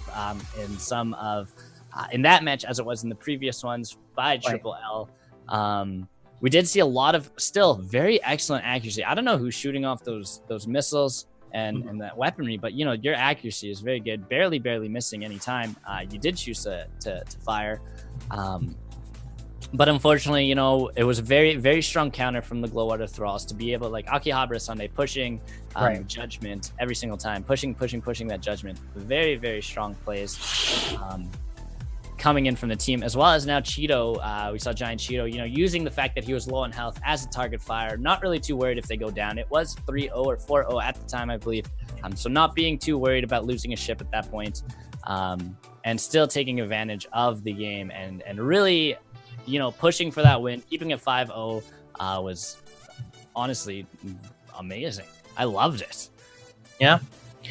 Now we are going to be looking to see on who's going to be coming out on top on this losers bracket match here. Triple L taking on Spike's Magnificent Glorious Squadron. And, definitely something to really watch out for. As I think Triple L definitely had a great showing game number 1. And game number 2, a little bit outclassed. But I think Triple L still definitely do have the opportunity to go and go for a good run because, there have been miracle loser bracket runs in the past. If you guys are fans of the FGC community or FGC tournaments here, there are plenty of people who have been able to make the losers bracket run. I think Triple L definitely one of the teams able to do that based off their experience and just how much they are or how hungry they are in coming into this tournament. Yeah, I'd agree with you on that, XT, and that's one of my favorite reasons about having a losers bracket is even if you do get outed, you still have that chance for redemption, and then it's even better, especially when you get to the point where you get outed by, let's say the Glowwater Thralls. You get outed by the Glowwater Thralls, and then Triple L makes it and wins the loser bracket, so then they get a rematch into that against the Glowwater Thralls again, and then it's not only is it a rematch, but then you have that grudge. It's like, let's get back into this. We're going to turn the tables on them this time. We're going to win this game. And then you get that friendly competition that is like the driving force to want to win. And having that, you might play better, you might play worse, but I love that excitement, especially once you're outed and being able to get back for that revenge match is honestly one of the reasons I can really appreciate the losers bracket. That being said, as well, if you are outed in the first round and then you make it to the final against the person you're outed by, it's even better. And I've seen that in a personal game, which is one of my favorite games. It's Rocket League, and I do spectate the tournaments for that game. And I did see one of my teams who my friend was playing on outed in the first round, getting all the way to the finals in the loser bracket, and then playing against the team they were outed by in the finals was probably one of the most exciting things I've ever seen in my entire life. It was rather amazing. They did end up losing in the end, but still having that grudge match is one of the thrills of competitive gaming. Yeah, we are definitely going to be waiting to see on how our teams are going to be reacting to this game here. We do have 2 minutes left in the lobby. I'm very interested to see on how. Squad's Magnificent... Okay, I gotta get this down. Spud's Magnificent Glorious Squadron are gonna be doing to get this win here in our losers bracket run. And, they've had a pretty good run so far. They won 5-0 against A2. And, now they're looking to see if they can get, if they can take down Triple L to kind of get their revenge on the Storm Riders, who were the reason why they were knocked down to the losers bracket in the first place. So now we're just going to really be waiting to see on how these two teams do. And we are seeing some modifications here, but we're going to wait until we get into the match to show you guys on the differences on these teams here. The map is, though, indeed going to be the Northern Freljords. So this is going to be my first time actually on this match. I actually have not casted this map before, so I'm going to be very excited to see what's going to be happening. Yeah, so it is like you said, it is on the Northern Forts map. Once again, it is first to 5 kills. If you're unaware, anybody who is new to spectating the tournament, the matches go from the first to 5 kills. The map does change every single game against different teams. So we do have Northern Forts today. This is also my first time spectating this map, so I'm interested to see what we have to look forward to with both these teams. We do have Triple L versus Spud's Magnificent Glorious Squadron, which is interesting because I think the team name is actually named after the captain. But on that note, let's actually jump right into the lobby here.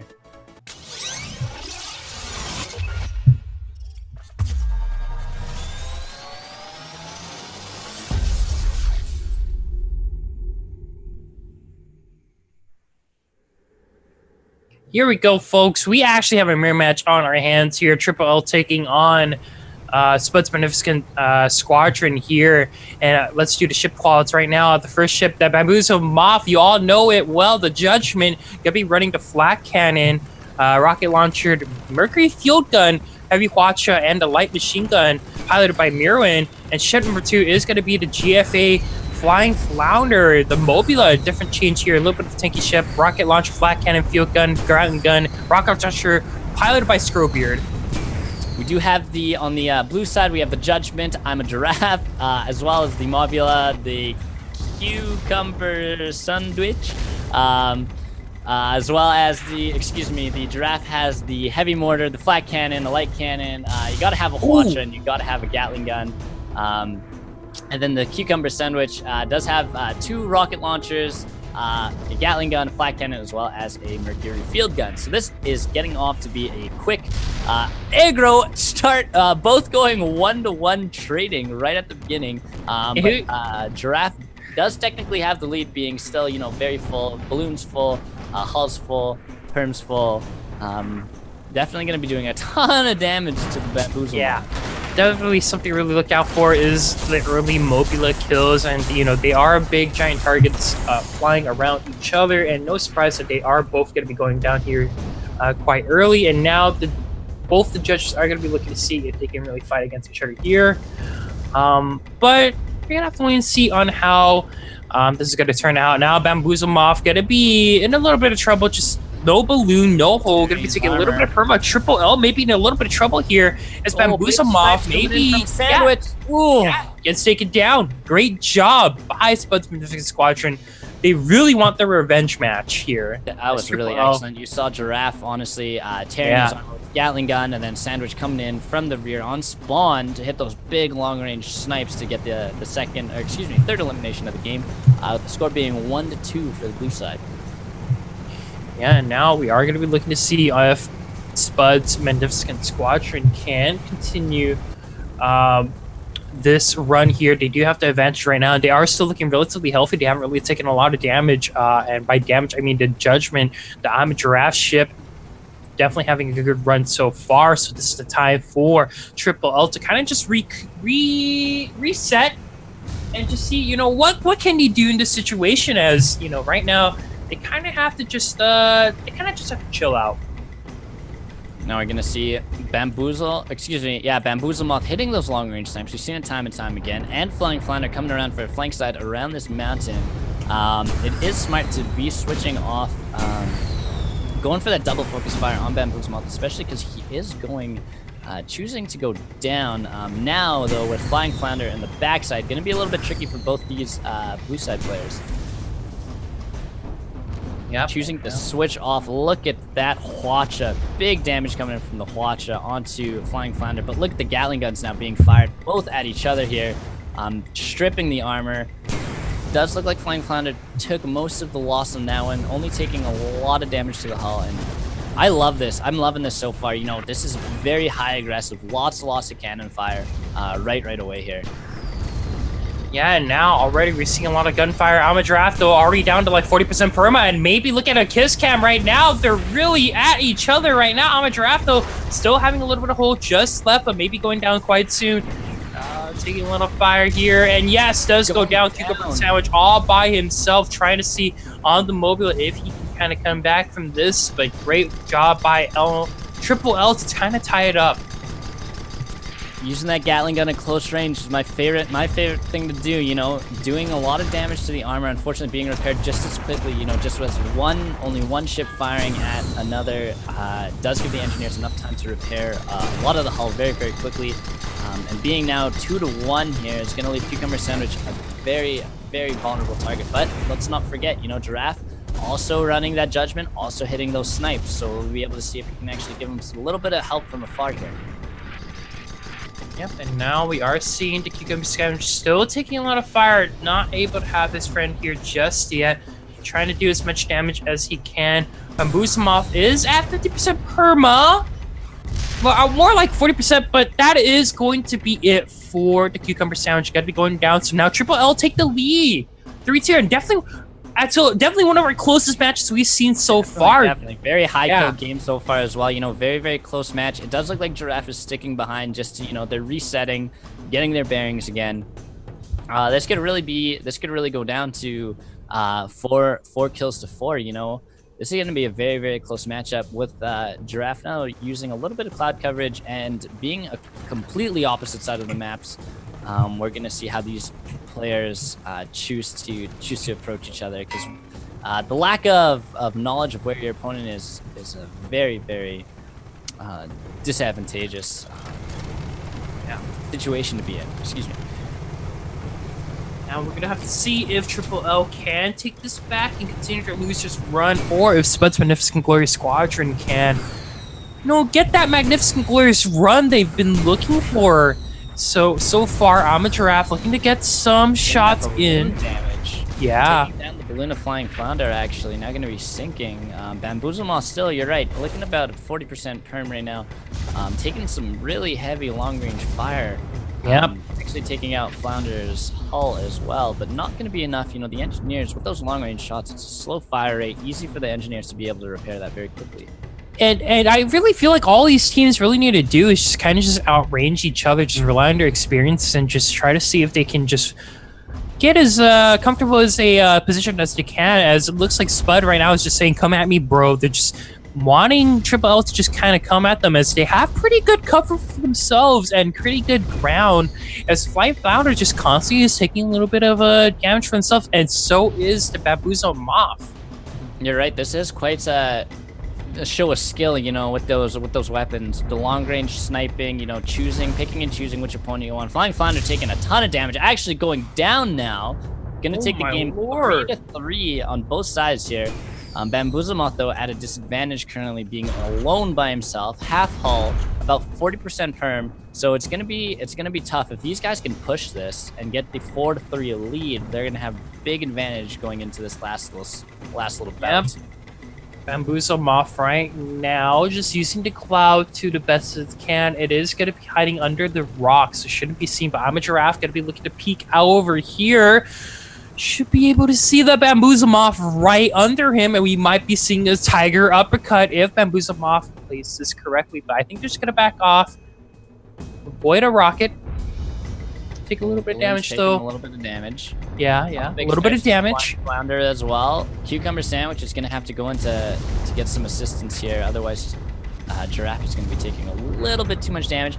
Focusing that Bamboozlemoth, definitely the right choice, you know, damaging the blue, now getting rid of the armor, doing perma damage as well, dropping them, looking like, ooh, something around 20%. Gonna be very, very close. Bamboozlemoth might be going down here as well, not having any armor, goes down currently 3-4 for Spud's Magnificent Glorious Squadron. Unfortunately, Triple L is looking a little bit grim. I wonder if Flounder is going to be choosing to retreat here and reset, just like Spud's team has chosen to do.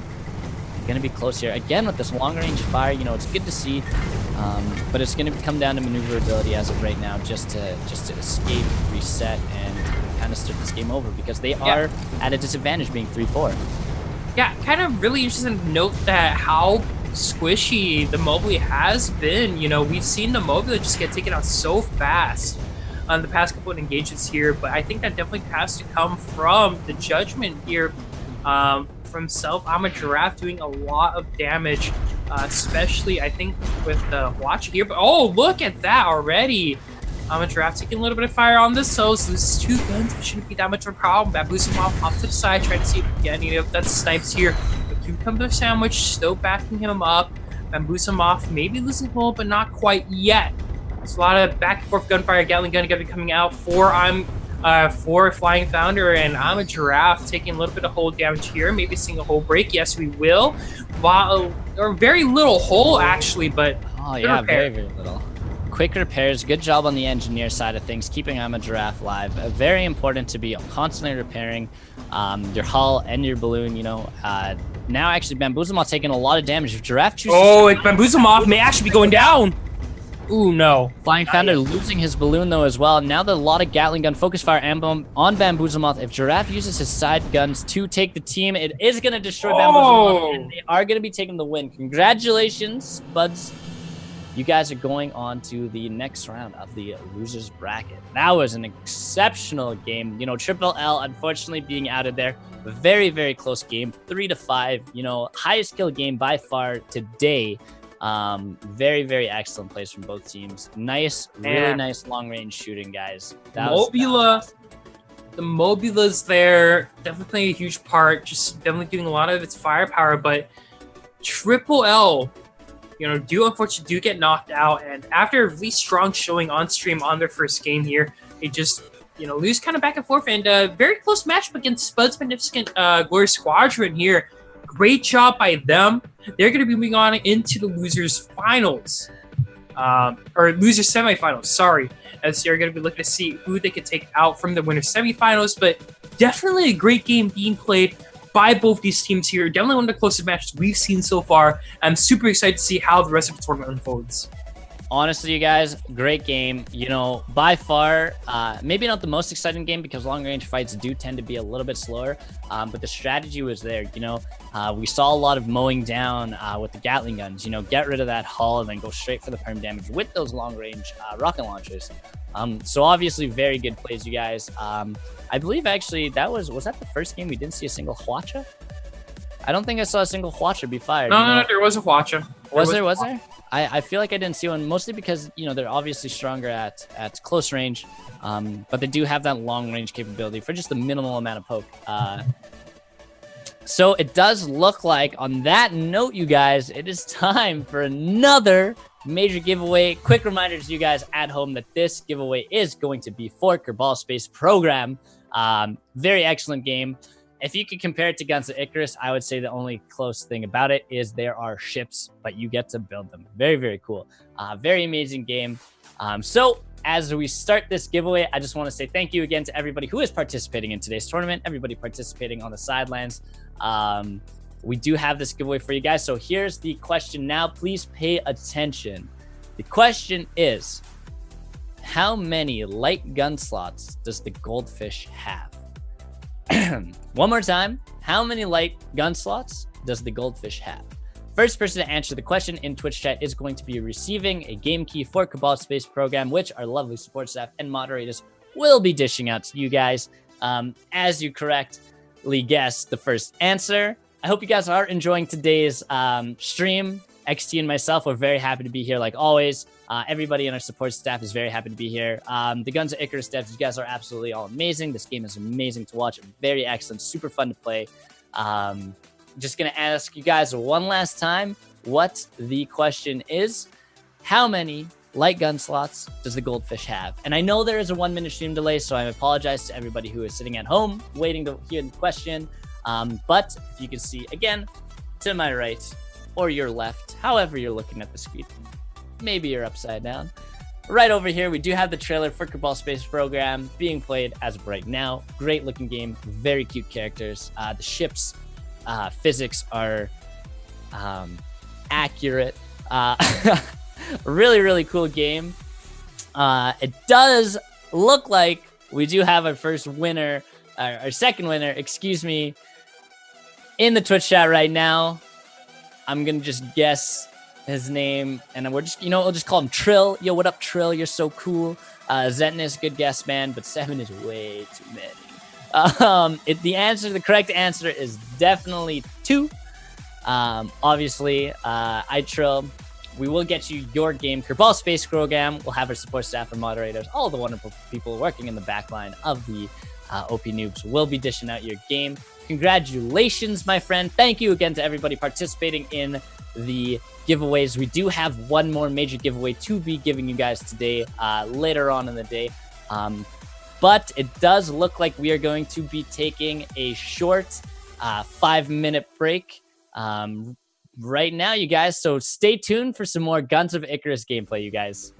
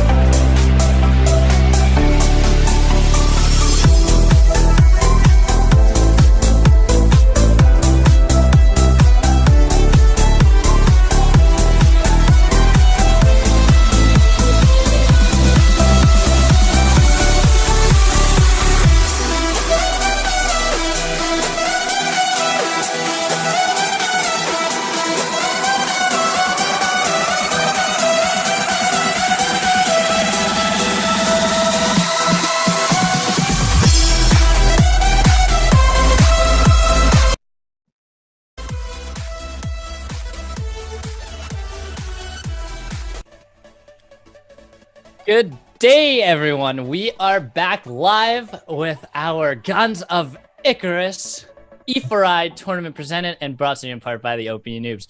I love saying that. I'm not gonna stop because the OP Noobs are gladly here to give you guys an amazing tournament today. We are gonna be moving on to our winners finals. Don't let this confuse you with the grand finals. It is just the winners finals. They will be moving on. Whoever wins this match will be moving on to the grand finals. Following that, we will be moving on to the losers bracket semifinals. So we have some really good games to bring you guys today. We do have the Pomelos, who were the first seeded team, against the Glowwater Thralls, who we saw in the their previous match. Exceptional gameplay, you know, very well played out, very good teamwork. So I'm looking forward to seeing how these two very big, heavy-hitting players are going to be moving on in their strategies and in their overall teamwork in these next matches. Yeah, this is winners finals, and I'm very excited to see on how both these teams do.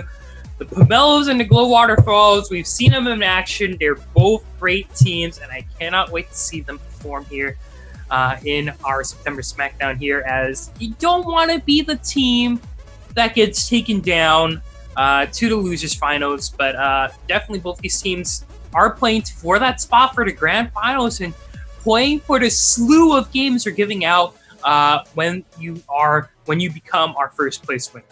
Awesome. So on that note about those games, let me quickly go over them with no topic on how many copies we're giving away. We're giving away Sudden Strike, Conan Exiles, The Surge, Kerbal Space Program, The Escapists 2, Dead Rising 4, Ken Follett's The Pillars of the Earth, Ukulele, NBA Playgrounds, Kona, and of course Serial Cleaner. I do believe I counted that time, and I think it is. We are giving away 10 games for first place with multiple copies of each game, with the exception of maybe 2. So you guys will have to divvy that out. For the winner of the grand finals, we are going to be playing this match on Graveyard Rumble. And on that note, let's just jump right into the game here.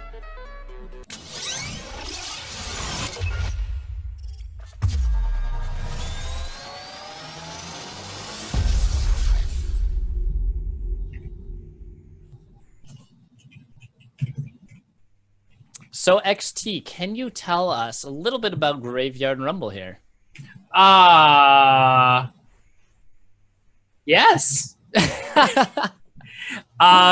It's in a graveyard.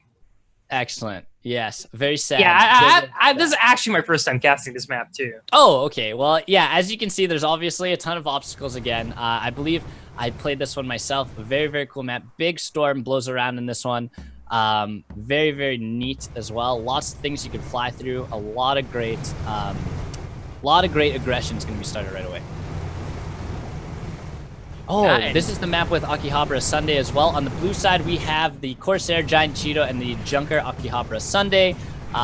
Those guys will be running a multitude of Hwachas, Gatling guns, harpoon guns, and a heavy mortar, as well as double barrel mortar with the light rocket launchers, 2 of them, as well as 2 Gatling guns on Akihabara Sunday. And on the red side, believe it or not, we do have the double Crusader lineup. We do have on the Victor Crucero, it's going to be Mortera, double Hwacha, double Gatling, and the one Flax, so no longer front Hwacha there. And for the SSBD Enchilada, we have front Carronade, double Hwacha, double Gatling, and 1 flare. And look at that, the Goomba Stomp going to be coming in. Arikawa Sunday, not stomped yet. Getting pushed going down soon. The Goomba Stomp, double Corsair going to be coming on top. Goodness, did you see that? We saw the Corsair land on Akihabara Sunday, taking out his balloon right away to drop him into the ground. Corsair ramming him into him for the Goomba Stomp, and then even his teammate Victor Crucero going in, pushing his ally into Akihabara Sunday for the double stomp action. Yeah. Giant Cheeto gonna be trying to run away as long as he can, but the double Crusaders are looking to pierce him to the ground. We already see the hole gonna be broken there. A little bit of harm damage. Lots of watches going on here. Yeah. A little bit of, I think it's like, he's at around 60% perma right now, and he doesn't have a balloon. And look at that speed. Enchilada, look for the kill. His cap gets it. He hits him. Yeah, and only gets the whole goal. And balloon damage. Big damage here. Here's the Gatling gun. Hwacha, nice, well-placed Hwacha, right close range, doing tons of damage now. This is going to be close. Looking for another Goomba Stomp. Going to be able to push him. Oh, Might look at just that. be enough to squish him against the ground. It's definitely going to be Yeah, enough. it's happening. It's happening. Going Goomba down. Stomp. These guys are vicious. I think that's an Terribly understatement. vicious. I think You're they are brutal. Savage. Right. yeah, and Amazing. And, Arikaba Sunday all by himself, the poor little junker. There's no judgment for him to be on the in the face of, and right now he's hiding from the terrors that wait for him. And I think the Crusaders managed to spot him out. They're circling around him. Oh, I don't think that's a good spot for Akihabara to be, because once they get in there, Yeah. there's so many obstacles for them. Like, he's gonna get rammed into the walls. Very tough position. Definitely should Arikaba get Sunday, him out of there. dude. Dude, this is basically a horror movie. He's just waiting waiting for his untimely demise, and he doesn't realize that he's pretty screwed if he's not careful. Giant Cheeto going for some really long-range snipes here, making no. sure to get a little bit of... Oh no, he's been seen. The Arikaba Sunday has been seen by the Victor Crucero. And does look like they're splitting their allies pretty thin here. Victor Corsaro definitely not choosing to get inside there. Not a bad decision, being that he's the only one with himself right now. You know, just going for those long-range snipes right through some of that terrain. Very well-placed shots. Popping his balloon, now sinking the Akihabara Sunday into the terrain. Gonna be looking maybe for a Victor Stomp. Victor Corsaro not really too worried, because Akihabara Sunday is essentially out of this fight. Giant Cheeto's now actually going around for a flank, maybe to try and help his ally. Look at this, man. Victor Corsaro decimating that balloon. Every time he gets it repaired, it just goes back down again. Very smart play. Yeah, Victor Corsaro doing a great job. Trapped in there. Yeah, just putting him down. And meanwhile, we do see the Giant Cheeto and the Speedy Enchilada. If we could get our action over there, they're going to be under in a little bit of battle. Giant Cheeto does have the high ground, though, so he's just going to make sure... and he's going to keep that as long as he possibly can. While the Victor Crusader is still applying pressure onto, still applying pressure onto the Arikaba Sunday. Arikaba Sunday still struggling to get on out of there, but I don't think he's going to be able to do that. I'm not really too sure what the strategy is right now for Akihabara Sunday. Being in there, getting his balloon popped again. I think Victor Corsaro is slowly easing his way into that little hole. Now making the first move to get inside of it. Now, gonna be trying to pop his balloon once again. Keep firing it in there. Backing up now, choosing to back up. Not a bad decision. It does look like Akihabara Sunday is making that move to get out of there as of right now, but still playing a very high risk. Victor Corsaro going for a heavy aggression here. Very big assault. Does look like he ran into a tiny bit of terrain there, so he did take a little bit of damage. Although Akihabara Sunday let's protected in there. Switch on over back to the Enchilada and Giant Cheeto. There's still a little bit of a gunfire here. Victor Crusader now the Sweetie Enchilada has the higher ground here, so he's going to be looking to see if he can get the Giant Cheeto by himself. Goomba Stop maybe looking at it. He's actually definitely in position for it, but misses quite barely. Giant Cheeto, he's backing him up. The rear shot that Goomba Stop may be coming through. He may actually be able to get it. No, Giant Cheeto. Lots of damage. Oh, now we're going to be Oh my gosh. Big Hwacha. Lots of damage. Akihabara Sunday finally finding a way out of that hole he dug himself into. Right. Victor Corsaro underneath him now too. So this is going to be a little bit of a Corsair v Corsair battle for those two going on here, with Victor Corsaro being underneath him. So a little bit of a risk for Corsaro. Battle of two fronts here. Definitely very interesting to watch, but Giant Cheeto's still struggling to get on up above there. Always constant under fire. You see that the Victor Corsaro against the Arikaba Sunday. If you do switch back to that real fast. Victor Corsaro is moving in, looking to see if he can get it, but look, Giant Cheeto hole break actually maybe going down quite soon. Definitely needs to try ramming him now. Not a lot of speed going into that ram, so now it's going to be a little bit of a close range. If he can get a Hwacha going right now, that's going to do tons and tons of damage. So close range, right underneath him like this. Yeah. Hwacha's onto the right side of the Speedy Enchilada, so maybe looking to aim that just for now, but not being able to get it just yet. So very, very interesting game we have here, There folks. There's the Watcha. Gonna be trying to pop that balloon. If he can pop that balloon, get that nice Goomba Stomp, this is gonna be it for Giant Cheeto. Definitely playing behind Giant Cheeto. He loves to survive. But Giant Cheeto, yeah, he managed to get on over it, but look at his hole, look at his balloon. They're both on fire. That fire needs to be put out right now, and definitely doesn't have any hole right now. Only on 20% hole, 20% perma. Armor gets it back up, but now it once again gets taken down. Low on perma once again, but Giant Cheeto's still surviving, so very, very, very interesting. As we look at the Junker, still managing to hold his own. Balloon goes down again. Speedy Enchilada, not even afraid, you know, full haul, full balloon, no perma damage, really just giving Giant Cheeto a run for his money, waiting. This is a little bit of a slow battle, but now with that balloon being popped, Speedy Enchilada is definitely going to be going in for the kill here. Yeah, I think Giant Cheetah will no longer be of this road quite soon.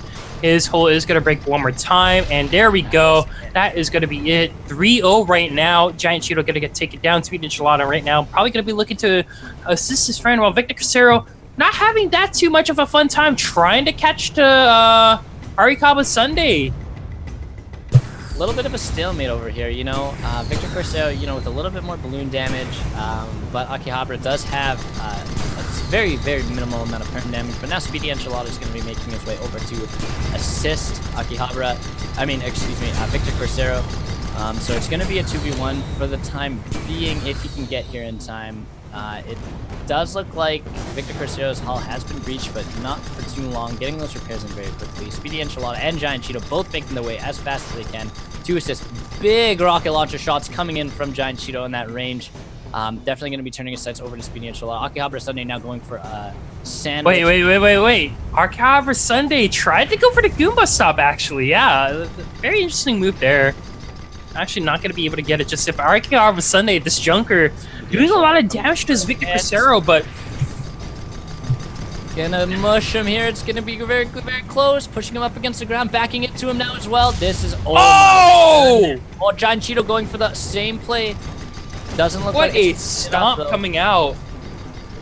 Yeah, now Giant Cheeto gonna be all by himself against two Corsairs. Has to back it up, and he's still backing it up, and he's trying to back it up, but he backs up into potentially an invisible wall. So can't back it up for long, dude.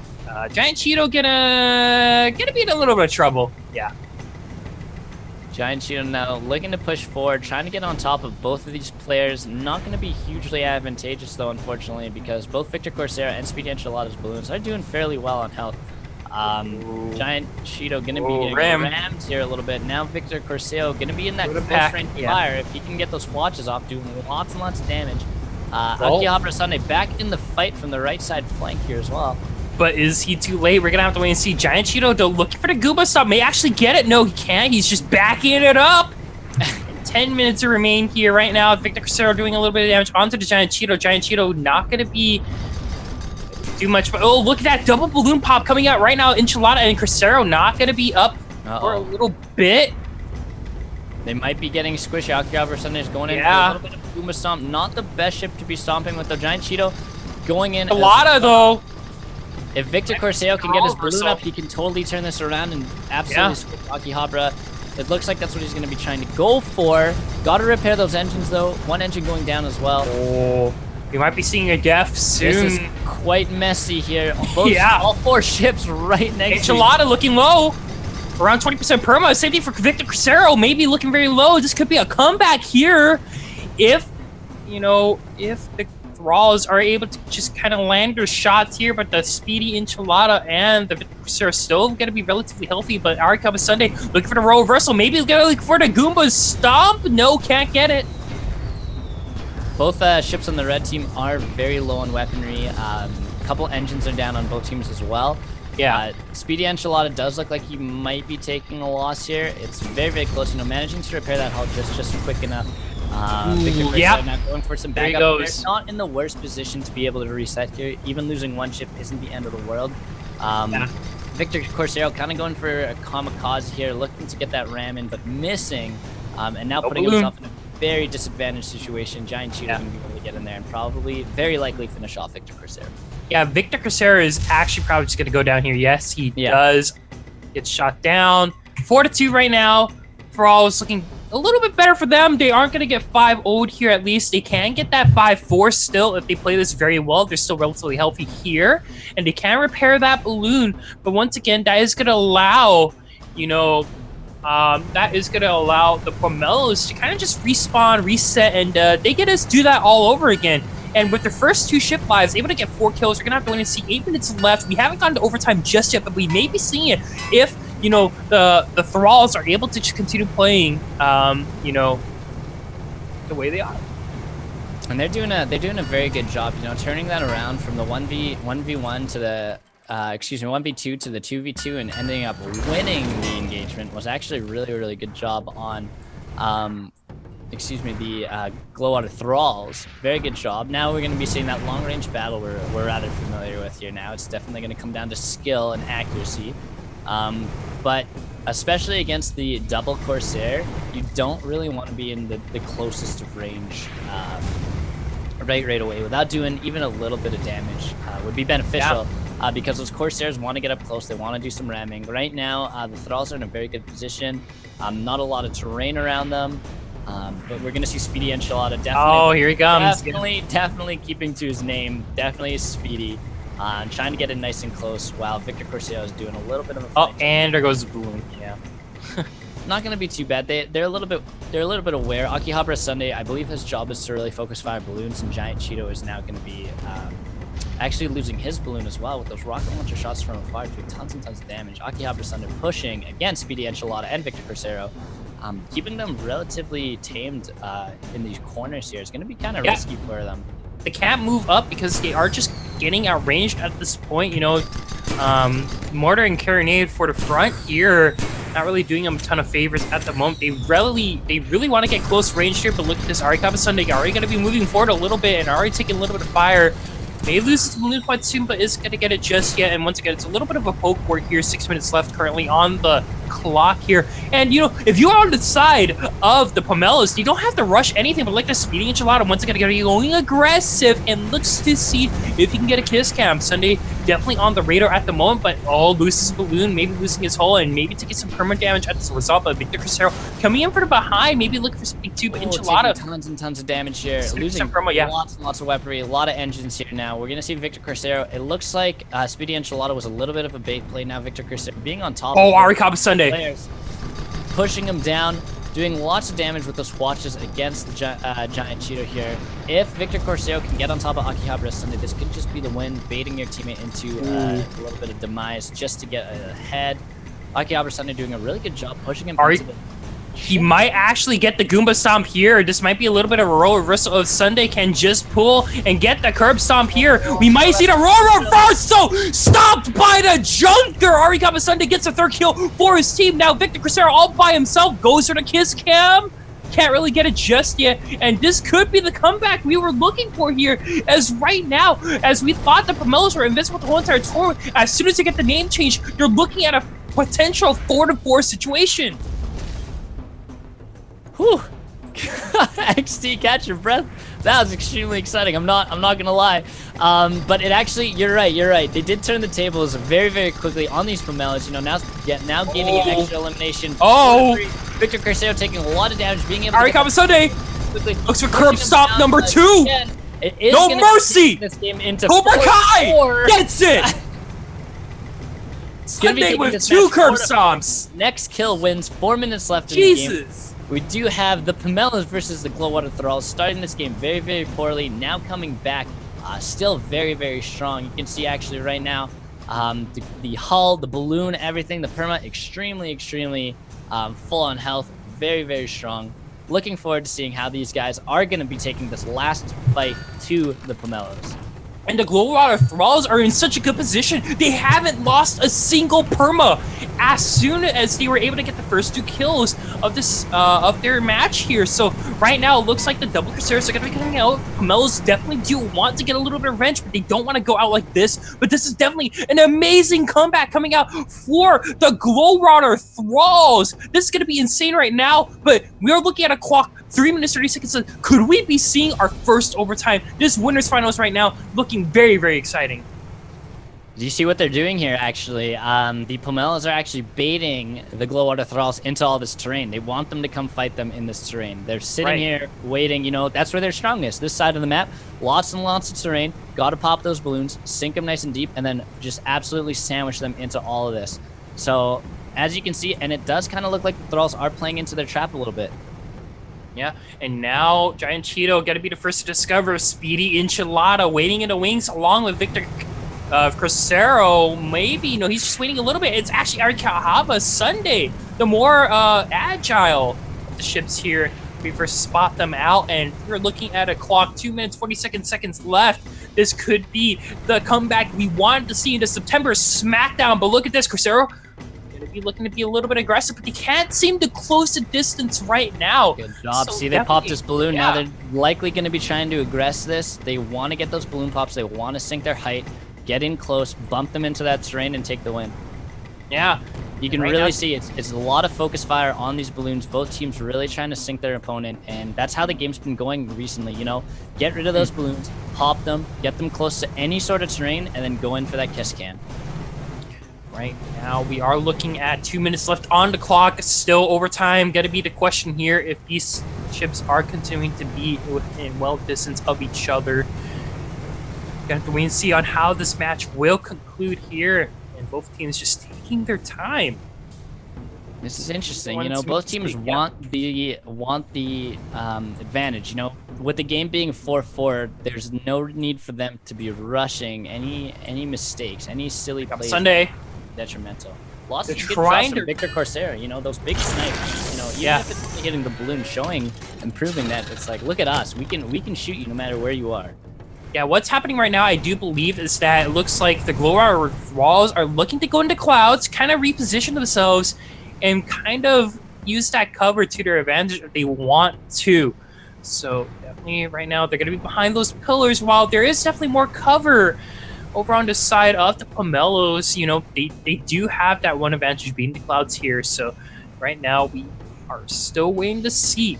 It does look like they are trying to push the Pomelos around the corner here. You know, they won their fights on the other side of this big debris 50 seconds. Here. 50 seconds left in this game. Might be going to overtime here.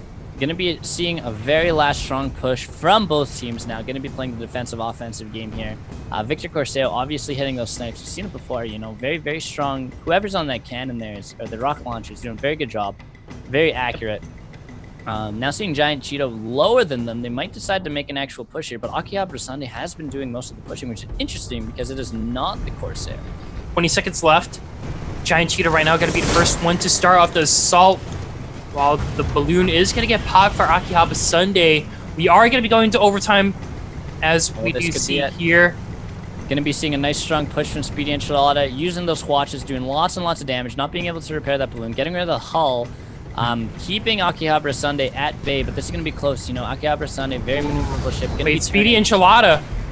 Maybe in a little bit of trouble right now. Akihabara Sunday right into the face of the Enchilada here. Wants to get a little bit of that snack, but can't manage to take that bite just yet. Overtime has begun. So there are 3 minutes left on the clock. Akihabara Sunday might be done for. Speedy Enchilada dropping on him now. Balloon going down Akihabara Sunday, likely being repaired as we speak.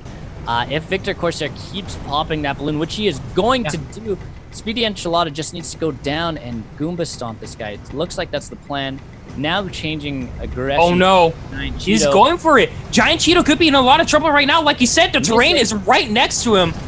He has to be super, super careful if he wants to come out on top and wants to get the comeback. But look at this hole broken already. And now he's going to be taking a lot of fire. And look at this. This is right into the Pomelos trap. They want this terrain. This is their playing field right now. And Arika, Sunday, and Giant Cheeto, you take a little bit of perm damage, but they are still going to be holding on to it. But now look at this. Speedy Enchilada goes for kiss camp. Can't get it. Crucero, now it's his time. But double fire going to be coming out from the Akihabara Sunday. A lot of aggression. Focus firing the Akihabara Sunday is a very, very good play. You know, both players with their ships positioned so properly. Oh my god! This might be it. Akihabara Sunday might be going down! Sandwich. Doesn't matter! Balloon left. It does look like the Gatling gun's going to be taking out that hull, that remaining hull. Oh! Getting squished. And that is GG for the Pomelos.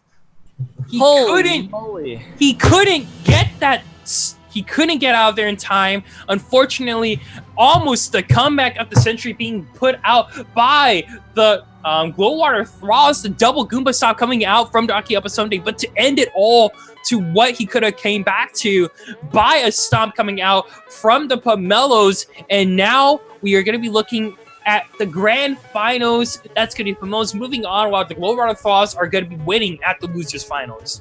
What an excellent winners finals. You know, now the Pomelos moving on to the final match. Very, very well played, man. What an excellent game. You know, being so far behind, the Glowwater Thralls being so far behind, being able to make those last pushes to get the advantage. Unfortunately, going into the Pomelos trap, you know, they rushed them.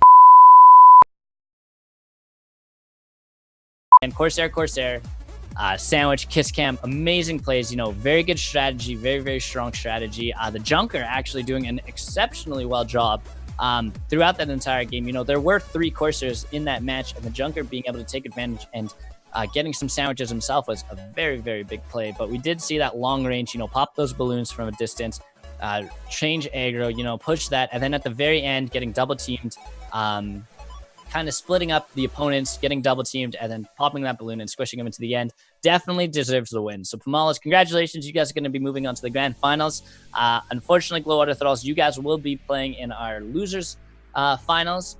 But right now, we do have the losers semifinals coming up for you guys, and that will be the Spuds Magnificent Glorious Squadron against the Storm Riders. Yeah, got to be very excited to see how both these teams do here, as the loser semis and stuff is going to be something to watch here. Both these teams on average getting knocked out, and this is the race for the grand finals. Right now we're looking at the Storm Riders taking on Spud's Magnificent Glorious Squadron here, and both these teams having a pretty great showing, and Spud's Magnificent Glorious Squadron getting a great win over Triple L recently. They got to feel really good heading into this match, and we are in for a show, folks. Because if that was semifinal, or if that was the winners finals, all these teams here remaining are hungry for that grand finals. And this is the longest road and the hardest one, especially because we are going to be looking at a bracket reset if the teams aren't careful. Yeah, and that's something that's a very, very good point, XT. You know, going into the loser semifinals, they are going to be moving on to the losers finals. Whoever wins this next game will be moving on to the losers finals, and they will be playing against the Glowwater Thralls. We know the Glowwater Thralls are a very, very strong team, so that means that we do have either the Spuds Magnificent Glorious Squadron or the Storm Riders, who will be playing against the Glowwater Thralls in the finals. In the losers finals to move up into the grand finals. So Glowwater Thralls might be able to just make it back into the grand finals for a grudge match against the Pomelos as well. Right. And now, you know, as we are going to be going into our little bit of a delay here, as we are going to be waiting to see on how these teams are going to be going to just situate themselves into our lobby. I'm very excited to see the semifinals matchup, the semifinals losers matchup between these two teams, because, you know, right now these two teams are having the run of their lives. You know, Spud's Magnificent Glorious Squadron now up against the Storm Riders once again in this grudge match. You know, announced that Spud's Magnificent Glorious Squadron did get that 5-3 over Triple L. They have to feel really good about this matchup, and they want to be able to continue it at this point. So let's see, you know, if they can continue, or Storm Riders can just get into the losers finals, because both these teams, Glowwater Thralls and Storm Riders, they both have a grudge to settle with the Pomelos, as that is the team that knocked them out, and it's waiting, and they're the ones waiting for them in grand finals. Yes, and something to note as well is the Spuds Magnificent Glorious Storm Riders did play against the Storm Riders in the first round of the winners bracket, but now playing in the semifinals of the losers bracket is gonna be another grudge match. You know, whoever gets outed here is outed of the complete tournament. There is no more loser bracket after this point.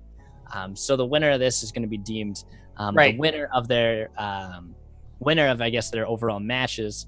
But something again to make note is this is also the 4th and 5th seed, and they've been playing against very, very strong opponents, playing those games very, very closely.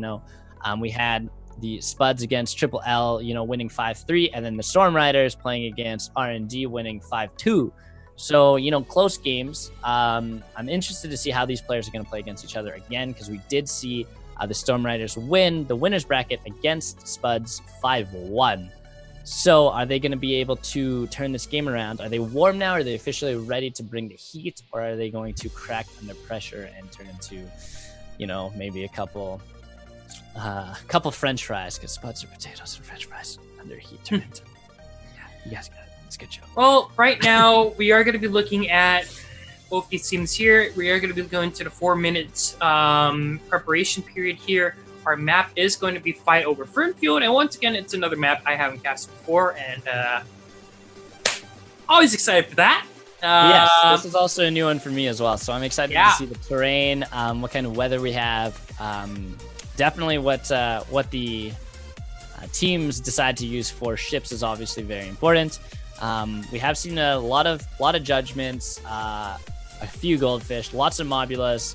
Actually, today we've seen a fair bit of pretty much everything. Essentially, we have missed a couple. We have missed a couple ships today, like the Magnate or the Magnate. That's a very strange name. My personal favorite ship in terms of how it looks. Very cool. Very Final Fantasy-esque ship.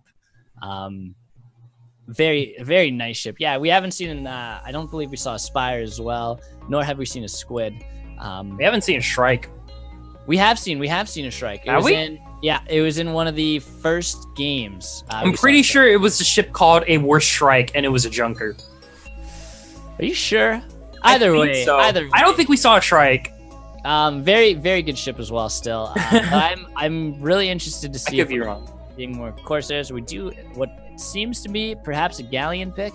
It does look like the teams do want to do a little bit of a mirror match. This is also a grudge match, so the winner of a mirror match during a grudge match is definitely proves what team is better, who's more skillful, all of this. There's a lot of different reasons to play mirror matches. A lot of it, in my opinion, is the right to boast. It's a little bit flexing on your opponent if you decide to take a mirror match, especially during an important game. To see, who's the superior captain, who's the superior squadron. So, having mobulas, having galleons is going to be a lot of fun. Hopefully, moving on to this next game. Yeah. So we are just about to get ready to get into our losers semifinals here once again. Both these teams are making the miracle run right now, especially Spuds Magnificent Glorious Squadron. This is their third match in the losers final, or in the losers bracket right now, and they have just been at it.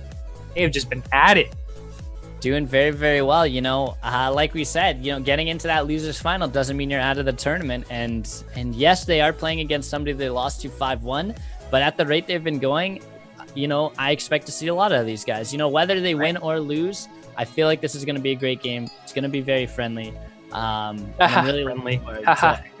Very much looking forward to this Mobula Galleon matchups here. Right. Either way.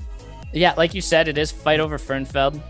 Very fun name, definitely. Fernfeld is... Fight Over Fernfeld. Kind of pours out of your mouth very nicely. Fernfeld. The match will be starting here right away, you guys. So actually, on this note, let's actually just jump right into the game.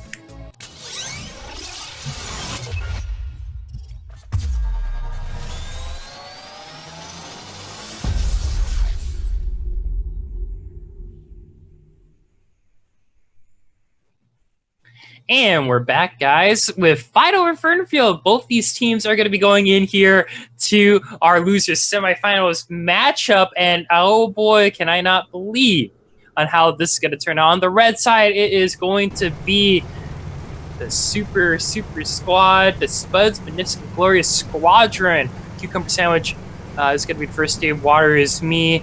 Going to be piloting a Mobula, double rocket launcher, field gun, Gatling gun, and flak cannon. On the second ship, it is going to be Bodie McBoatface on the Galleon, a new ship.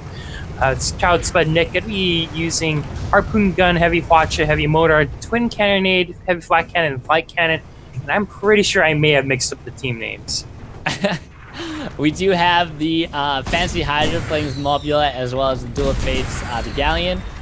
These guys are going to be running 2 rocket launchers, Mercury Field Gun, Gatling Gun, as well as a Hades Light Cannon. Gotta have the Hades Cannon. And actually, also a Beacon Flare, which is, not something you see every day.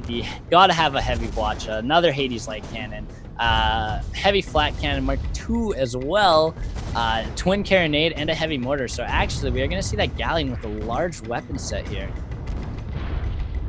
Large weapons. Going to be over here for our matchup here. And both these teams definitely going to be a duel of fates at the moment, as both these teams are in charge of their own destiny, as they don't want to be knocked down to the elimination bracket, which means you're not going to be playing. You're going to just be watching the stream.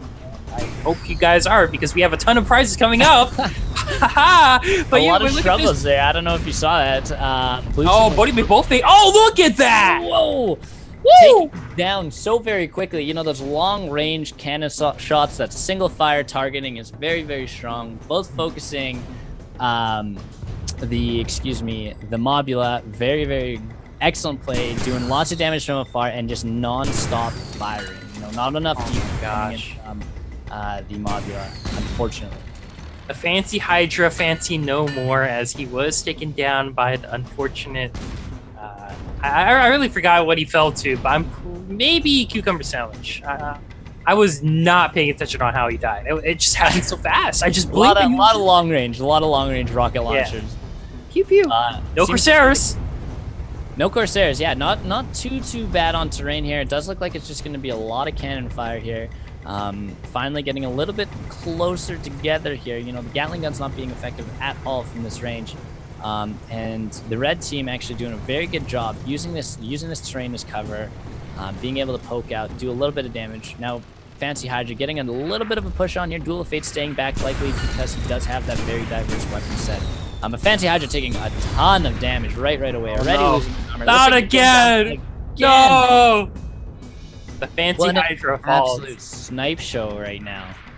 I don't even know if that was a snipe show. Like, the Fancy Hydra was just walking up, minding his own business, and just died. Look at the long-range cannon fire coming from Cucumber Sandwich and Bodie McBoatface. Doing so much damage on Perma already, getting rid of that hull, dropping the balloon, crashing him into that terrain here. This is all so much. Dude, this is so surreal to watch right now, because before we were looking at Spud's Magnificent Squadron, they lost to this team earlier. And now in this grudge match, they are just walking all over them. They're winning in this gunfight right now in Duel of Fates. As much as he wants to live here, I don't think he's going to be long for this row any sooner enough. A rocket is going to be on its way. Does not hit. All the shots are hitting the mountain right now. I don't know if they realize it, but they're just hitting the mountain. Duel of Fates doing a little parking job in the frozen rivers here. Definitely going to be wanting to increase his armor, and definitely his balloon health.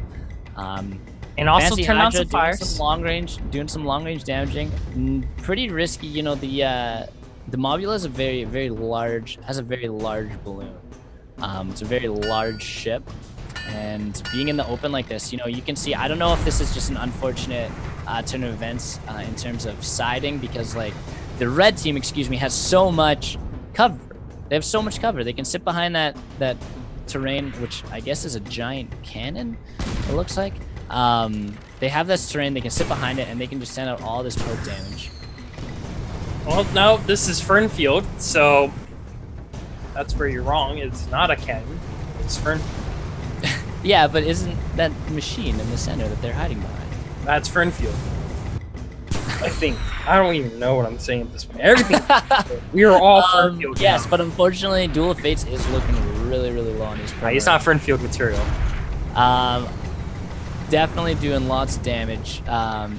Duel of Fates looking a little bit scarce, Yeah. Running that Galleon, low on health. They aren't focusing him, which is fortunate actually for him, because if they do get focus fired again, we've seen it time and time again that he is going to go down very easy. Yeah, 10% perma we're looking at right now for Duel of Fates, but can Bodie McBoatface taking a little bit of fire, not too much. Now Cucumber Sandwich getting some damage done. This long-range battle is actually really quite cool. This is kind of what you would compare like a first-person shooter had it been snipers. All Fancy Hydra being a little bit more aggressive, but I'm not sure if you want to be in range of the others here. Cucumber Sandwich now getting in nice and close. Nice and close, looking for the sandwich, you know. Still taking a lot of damage. Now they're both focusing Fancy Hydra. Oh, Cucumber Sandwich, whole break coming out, and long the bloom break, and look at that old damage. Oh my god, the perma already only like 10-20%. Oh, missing a couple shots though. Might be able to hold on still. Getting that balloon. Trying to look to take down Dual Fates. This is gonna be close. This is gonna be close. Cucumber Sandwich might go down before Duel of Fates does. Duel of Fates doing an excellent job holding us off on. Balloon being completely damaged now. Going down a little bit. Gonna leave Fancy Hydra all by his lonesome. Taking a lot of damage here. Cucumber Sandwich doing some damage. Fancy Hydra has been taken down twice before. And with him being aggressive here, we might be seeing a repeat of that, but... You know... We'll have to wait and see, definitely. I think Fancy Hydra may have learned from his mistakes using the cannon, the giant cannon actually, to its fullest potential as a shield. So, kind of working out. It's gonna see Duel of Fates. Ooh, Fancy Hydra getting his balloon popped as well. Gonna be sinking a little bit here. Duel of Fates still holding on. Cucumber Sandwich also doing a very good job of holding on. Bodie McBoatface taking a lot of damage to his balloon right now. Yep. Still doing very well on health and generally. Oh, hey, keep in mind that right now, Cucumber Sandwich is using the clouds. So actually, you can't really see him right now unless they have a flare. And Bodie McBoatface may be going to join him, so they don't actually know where exactly Cucumber Sandwich is just yet. All they can do is fire some blank shots. Taking in a couple shots here. A little bit slower of a match. Both players on the red team are using the clouds for a little bit of cover. Fancy Hydra does know where Bodie McBoatface is, but being the one who is definitely healthier, it's fine being a little bit more vulnerable, a little more open like that, while Cucumber Sandwich does a little bit of hiding and some poke damage from the clouds. Yep, and right now it looks like we do see they are going to be moving up. The blue team is looking to see what they can do here. Duel of Fates, though, still very low perma. Can go down any point in time. Same thing for Cucumber Sandwich. So, just a lot of, waiting and shooting. Yeah, it is remaining in that long-range sort of battle. Which is fine. I do believe that's the first flare we've seen. Yeah, the flare gun going to be very useful here. Great job by Duel Fates to spot out his opposition. And now look at this Cucumber Sandwich taking a little bit of fire because of it is going to get revealed. Duel of Fates now taking in a lot of shots. Oh, look at that whole damage on the Fancy Hydra. Immediately going down. Great snipe there. Perma damage there. 50% perma. Yeah. Going to be able to damage his balloon. Nothing more than that, though. This has become a very interesting long-range battle here. Right. You know, and if either team wants to face the Galwater Thralls, you know, this is the match they have to win here. And as soon as they get it, they don't get to win it just yet. You know, the Pomelos are waiting at the top of the castle here at Grand Finals, watching these two teams battle it out. And both these teams right now, they decide on their destiny. Will they go ahead and face off the grand finals of the September Smackdown, or will they fall to their opponents? So this is definitely a very intense matchup right now, but so far the lead going to be generated by Spud's Fitness Glorious Squadron. Very good play here. They're going around. They're using this mountain as cover. They're definitely going to go for a little bit of a flank here. It doesn't necessarily look like Cucumber Sandwich and Bodie McBoatface are super aware of this plan just yet. Now being able to see them for the first time here, going to be able to turn their ships around, hopefully make a good play here. Cucumber Sandwich being low on perm is going to be able to take a lot of damage and might actually go down depending on this double focus fire here. The engineers doing a really good job keeping those shields full, keeping the armor full. Not gonna be quite enough, it seems. Cucumber sandwich. Oof. Doesn't break Accuracy, unfortunately, from the blue side isn't super hot. Now officially getting their first kill on Cucumber Sandwich. Good job, Fancy Hydra and Duel of Fates. You guys are doing a very good job. Keeping this game 2-1 with 9 minutes, 30 seconds left. Now Bodie McBoatface is going to be all by himself, and this could be a perfect opportunity for the Skyriders, I do believe, or Storm Riders, sorry, to kind of just catch back up here, but still playing relatively safe. They don't want to give the lead there just yet. Look at the perma for Duel of Fates. One mistake from him on the Galleon could be all over, so you definitely have to be very careful. Bodie McBoatface, good strategy, using that cover. Now gonna go to his teammate. Galleon, not the quickest ship ever, but definitely, max speed. Gonna go try to meet up with his teammate here.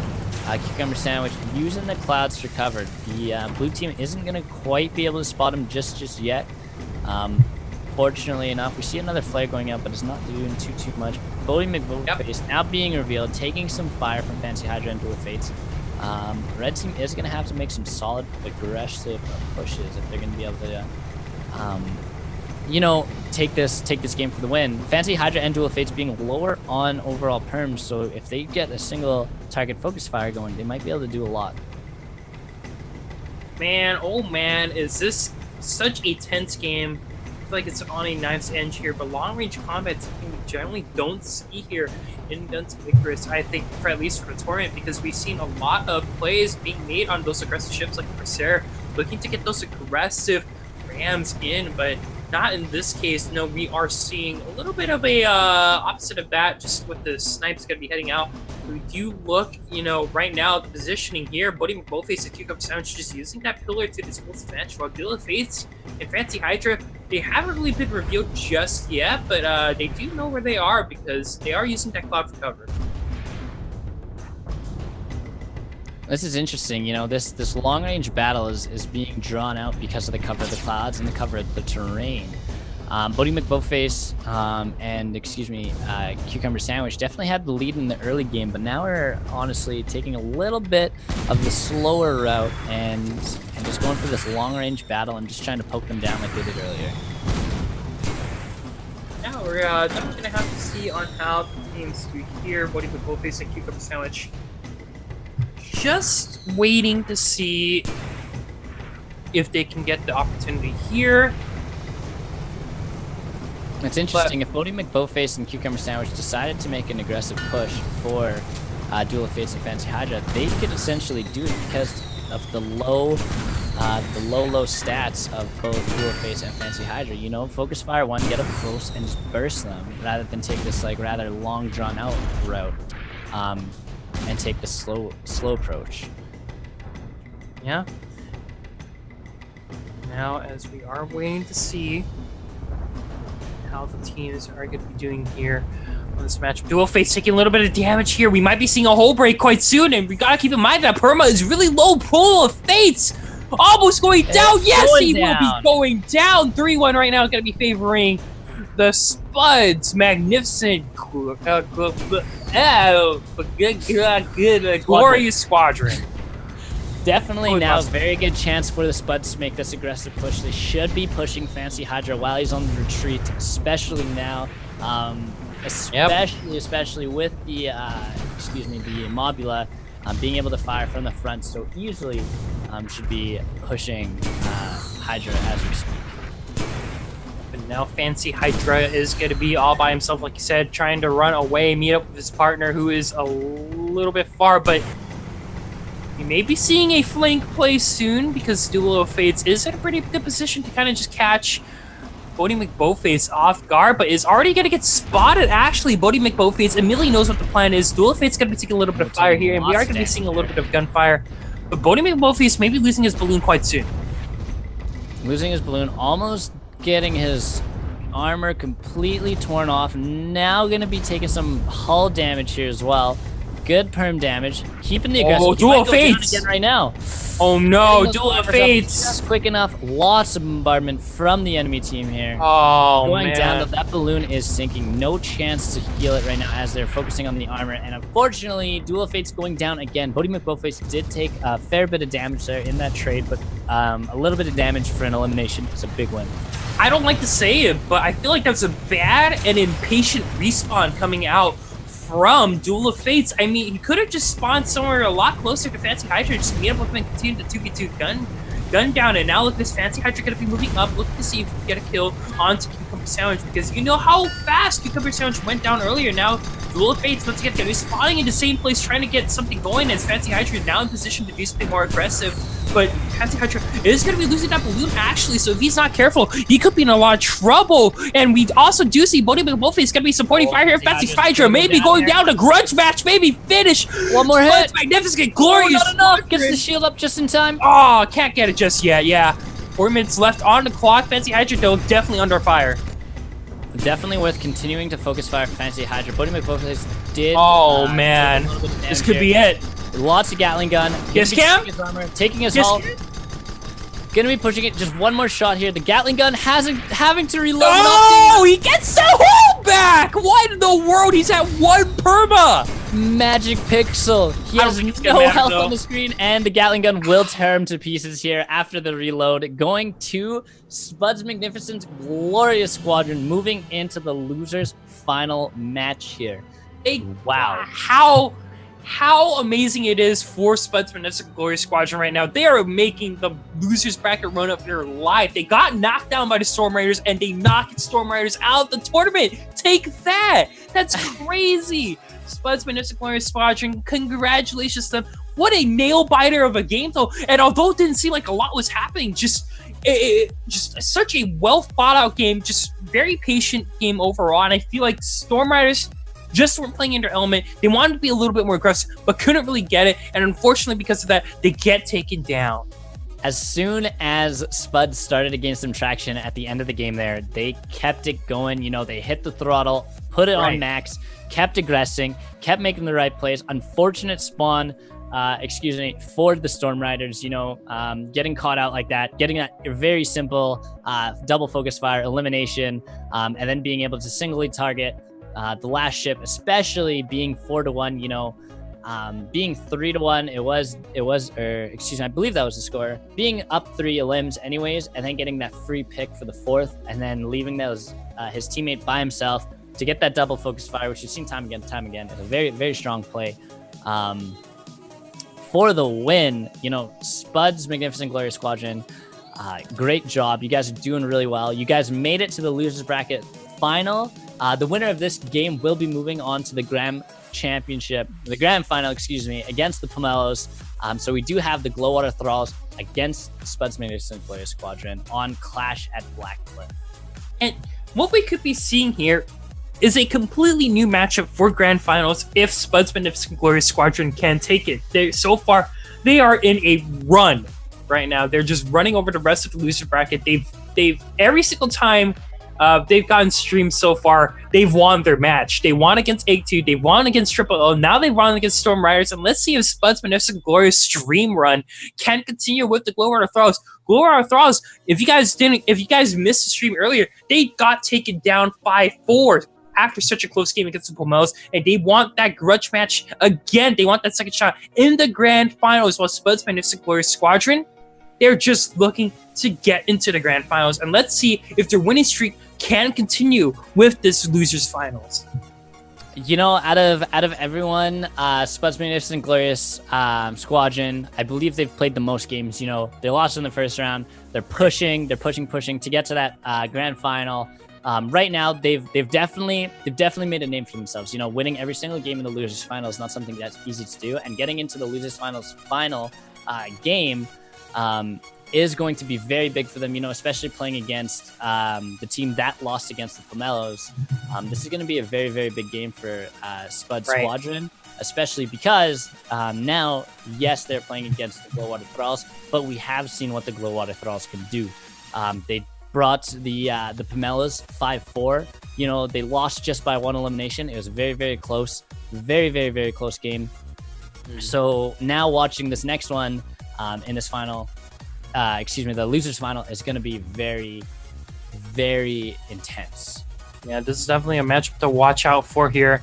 And I am so excited to see on how both these teams do in this tense situation. They've been playing their games non-stop, game after game after game after game after game. And right now, if you are the Glowwater Thralls, this is so much pressure right now. You were so close to the prize, and now you're in yourselves in the losers final as well. I feel like Spudsman is the Glorious Squadron. They have nothing to lose at this point. They've had such a great one. They want to continue it, and they're on an all-time high. So, you know, it's going to be very interesting to see what, what this squadron can do against, or what the Glorious Thralls can do on this Spudsman Squadron team on fire, basically.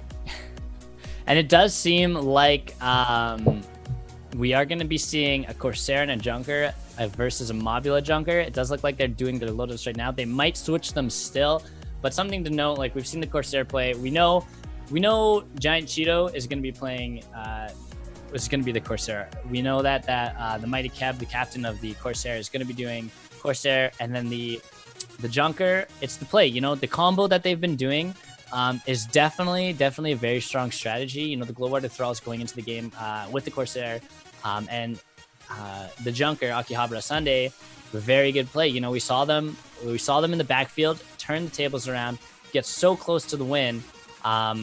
So I'm expecting a lot from this combination again. And then the Cucumber Sandwich with the Junker again, we've seen that combo as well. So we both know that those teams are definitely very prepared to bring their all and do their best in this next game. All right. Now, 1 minute left before we get into our losers finals. If you are on Spudsman Glorious Squadron, you have got to be shaken. You're off to such a great run so far. You're making a basically as best of a losers bracket run as possible at this point, and you know, I'm so excited to see on how this team can do. 30 seconds left before we head into the losers finals, and I could not be any more excited than you, Attila. Or actually, I think we're both excited. Pretty excited. Yes, well, of course I'm excited. Of course, these players have definitely shown what they're worth. You know, they've proven time and time again that they are prepared to do anything it takes to win. You know, we've seen some sandwiches, we've seen the kiss cam, we've seen very excellent snipes. We've seen very strong pushes. We've seen that close range combat where it's like, what is going on? Why are these 4 ships standing on top of each other? So I'm really excited to see what they bring to this game. And actually, on that note, we're going to jump into the next match, the losers final on Clash at Black Cliff.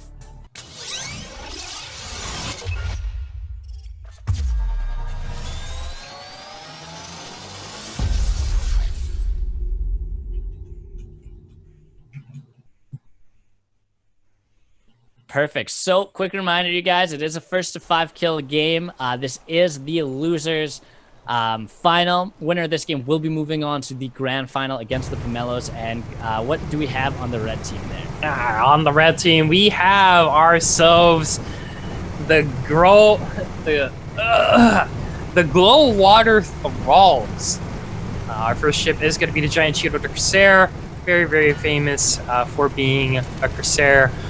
1 heavy motor, 2 watches, double Gatlings, and back harpoon on the back, or I think harpoon on the front. I'm not really too sure. I think it would make more sense if it was on the front, but I guess harpoon in the back. And for the second ship, we do have the Arikaba Sunday, the Junker piloted by Icarus or Garas, double barrel motor, rocket launcher, Gatling gun, rocket launcher, and Gatling gun. So double rocket launcher, double Gatling motor on front. So on the blue team, we have Spud's Magnificent Glorious Squadron. We've seen them time and time again. We got Mobula, the Cucumber Sandwich, and the Junker, which is Team Rocket. Fantastic. You know, always going to be cheering for Team Rocket. They're amazing. We do have a light rocket launcher, 2 of them, excuse me, Mercury field gun, and a Gatling gun, as well as a flat cannon. It's piloted by Time Traveler.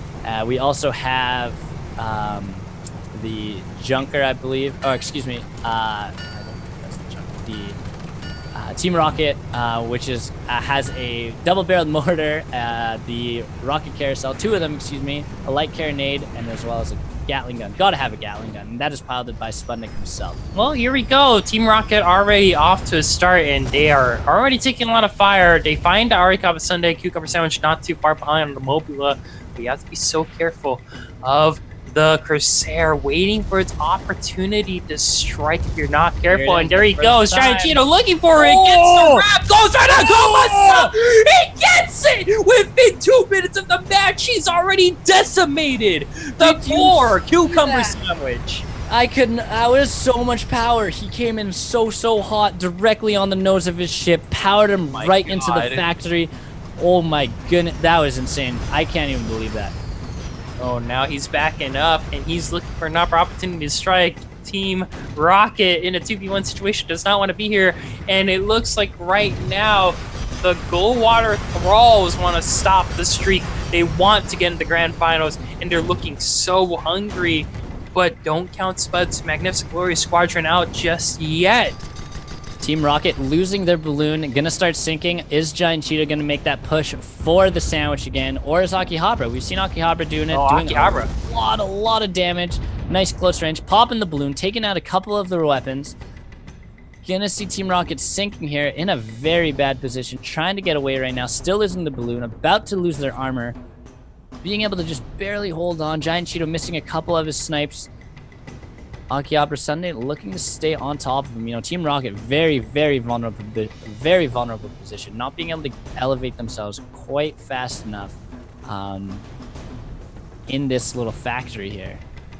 And Akihabara Sundae now going to be looking at Team Rocket, looks for the shots here. Team Rocket going to be looking to see if he can get out of there alive. They are going to be losing at 50% of their hull right now. They haven't taken any damage on their perms just yet, but we're going to have to wait and see if that is going to change right now. Giant Cheetah waiting in the wings for the Cloud. Arikaba Sundae, though, wants to have a change of plans. They want to prove who's the more better and dominant junker at this point.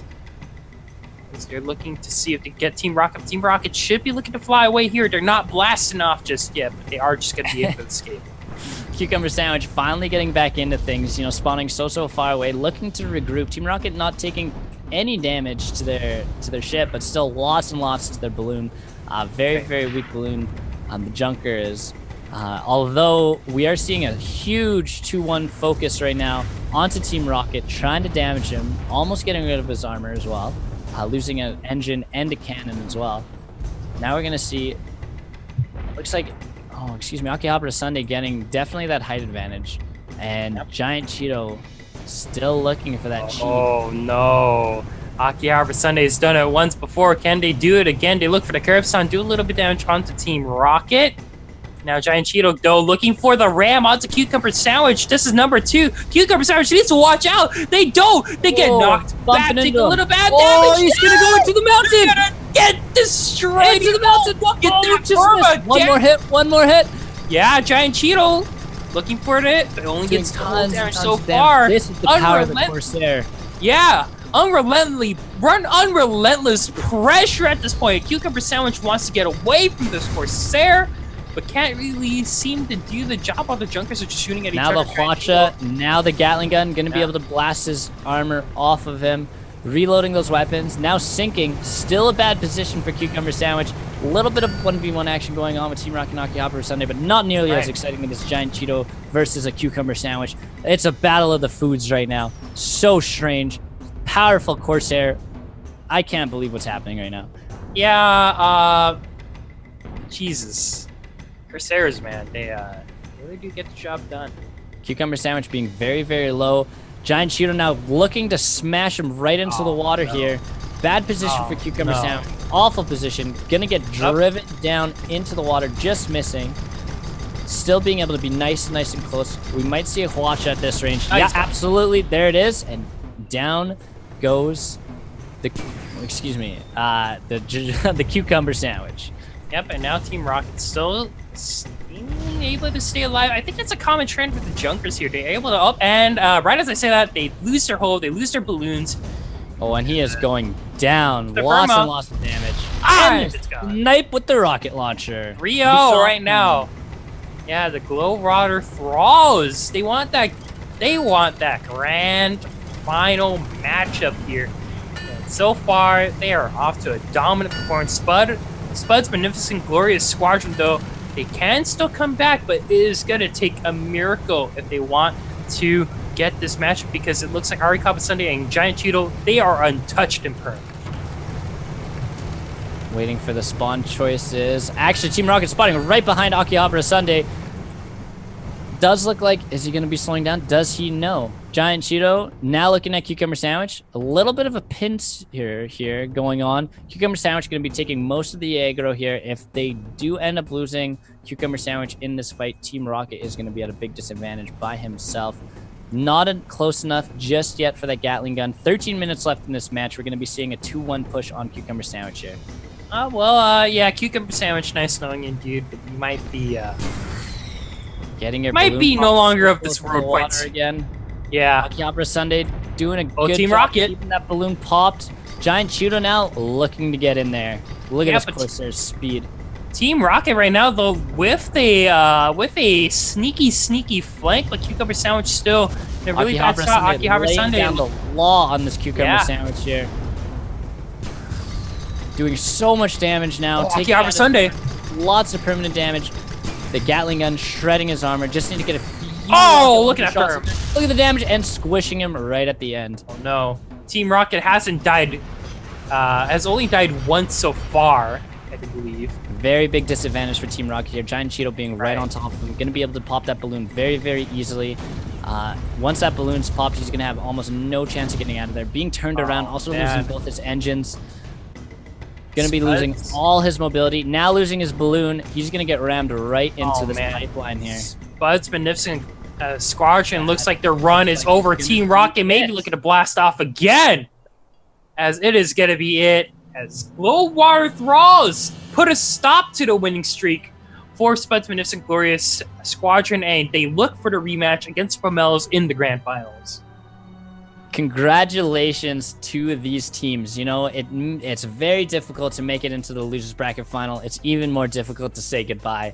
But Glowwater Thalls, congratulations. You are going to be playing against the Pomelos in the grand finals. Quick reminder, the grand finals are just a very simple game. Again, first to 5 kills. The winner will be going home with all the prizes. Unfortunately, second and third place do not get any prizes.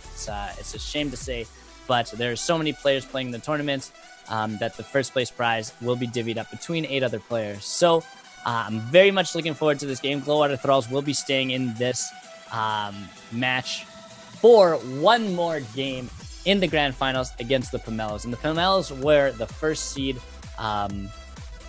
in the tournament. You know, they made it from round 1 all the way to the grand finals in the winners bracket. So they're doing very, very well for themselves. In this winners finals, we did see Pomelos versus the Glowwater Thralls, and now we're going to be seeing that exact same matchup again for the grand finals. This is going to be a really, really good game. If they bring us to another 5-4, I'm going to be very shocked. Well, before we even get to grand finals, when you say it is time for another one of those, you know what's? I think it is. I think it very much so is time for another one of those, you know what? It is time for the final giveaway of the day, you guys. Before we get into the grand final match, we have one more game to give away as a major prize for everybody who is tuning in to the stream at home, in your car, on an airplane, in any sort of vehicle. Maybe don't do it while operating said vehicles, but if you're a passenger, you have some data, get on it. Let's get this stream going. Let's get this giveaway on the road here. The last giveaway of the day is going to be Planetary Annihilation Titans. And the question being, the last question of the day is, when did Guns of Icarus Alliance come out according to its Steam page? Looking for the month and the year. So one last time, it's a little bit longer of a question, so please pay attention. When did Guns of Icarus Alliance come out according to its Steam page? I'm looking for the month and the year. This question's prize is a game known as Planetary Annihilation Titans, which is a game that you can see the trailer beside me over in this direction. Looks like a wonderful game. I hope you guys are excited. I hope you guys are really looking forward to a chance to win this game. The prize pool as well, we could go over this while we wait for an answer, the first place prize is going to go home with, and this time I will say everything, including the amount of copies, for you guys.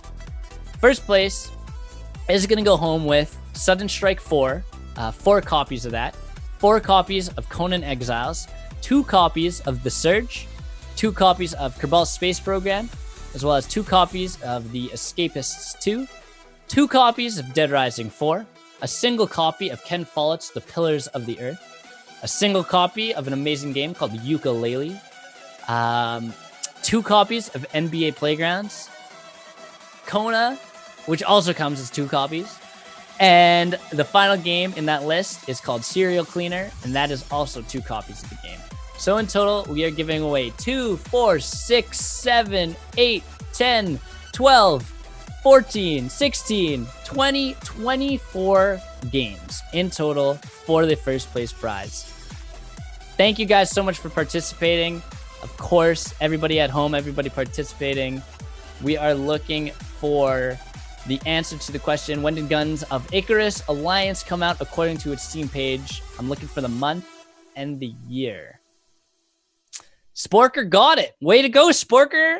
You are the last winner of today's giveaway. Congratulations, my dude. You are going to be getting a key for Planetary Annihilation Titans. That will be given to you from our staff here at OPN. Thank you guys so much for participating in today's giveaways. We have tons of giveaways for every event that we do here on the OP Noobs channel on Twitch. Every event we do, if you guys are participating or not, come watch the streams, you guys. We love to give away games to anybody who participates in our wonderful community. But now getting back to Guns of Icarus, we are going to be getting into our last game right away. XT, what are you looking forward to the most about this last grand final? I'm looking for exciting matches. Woo!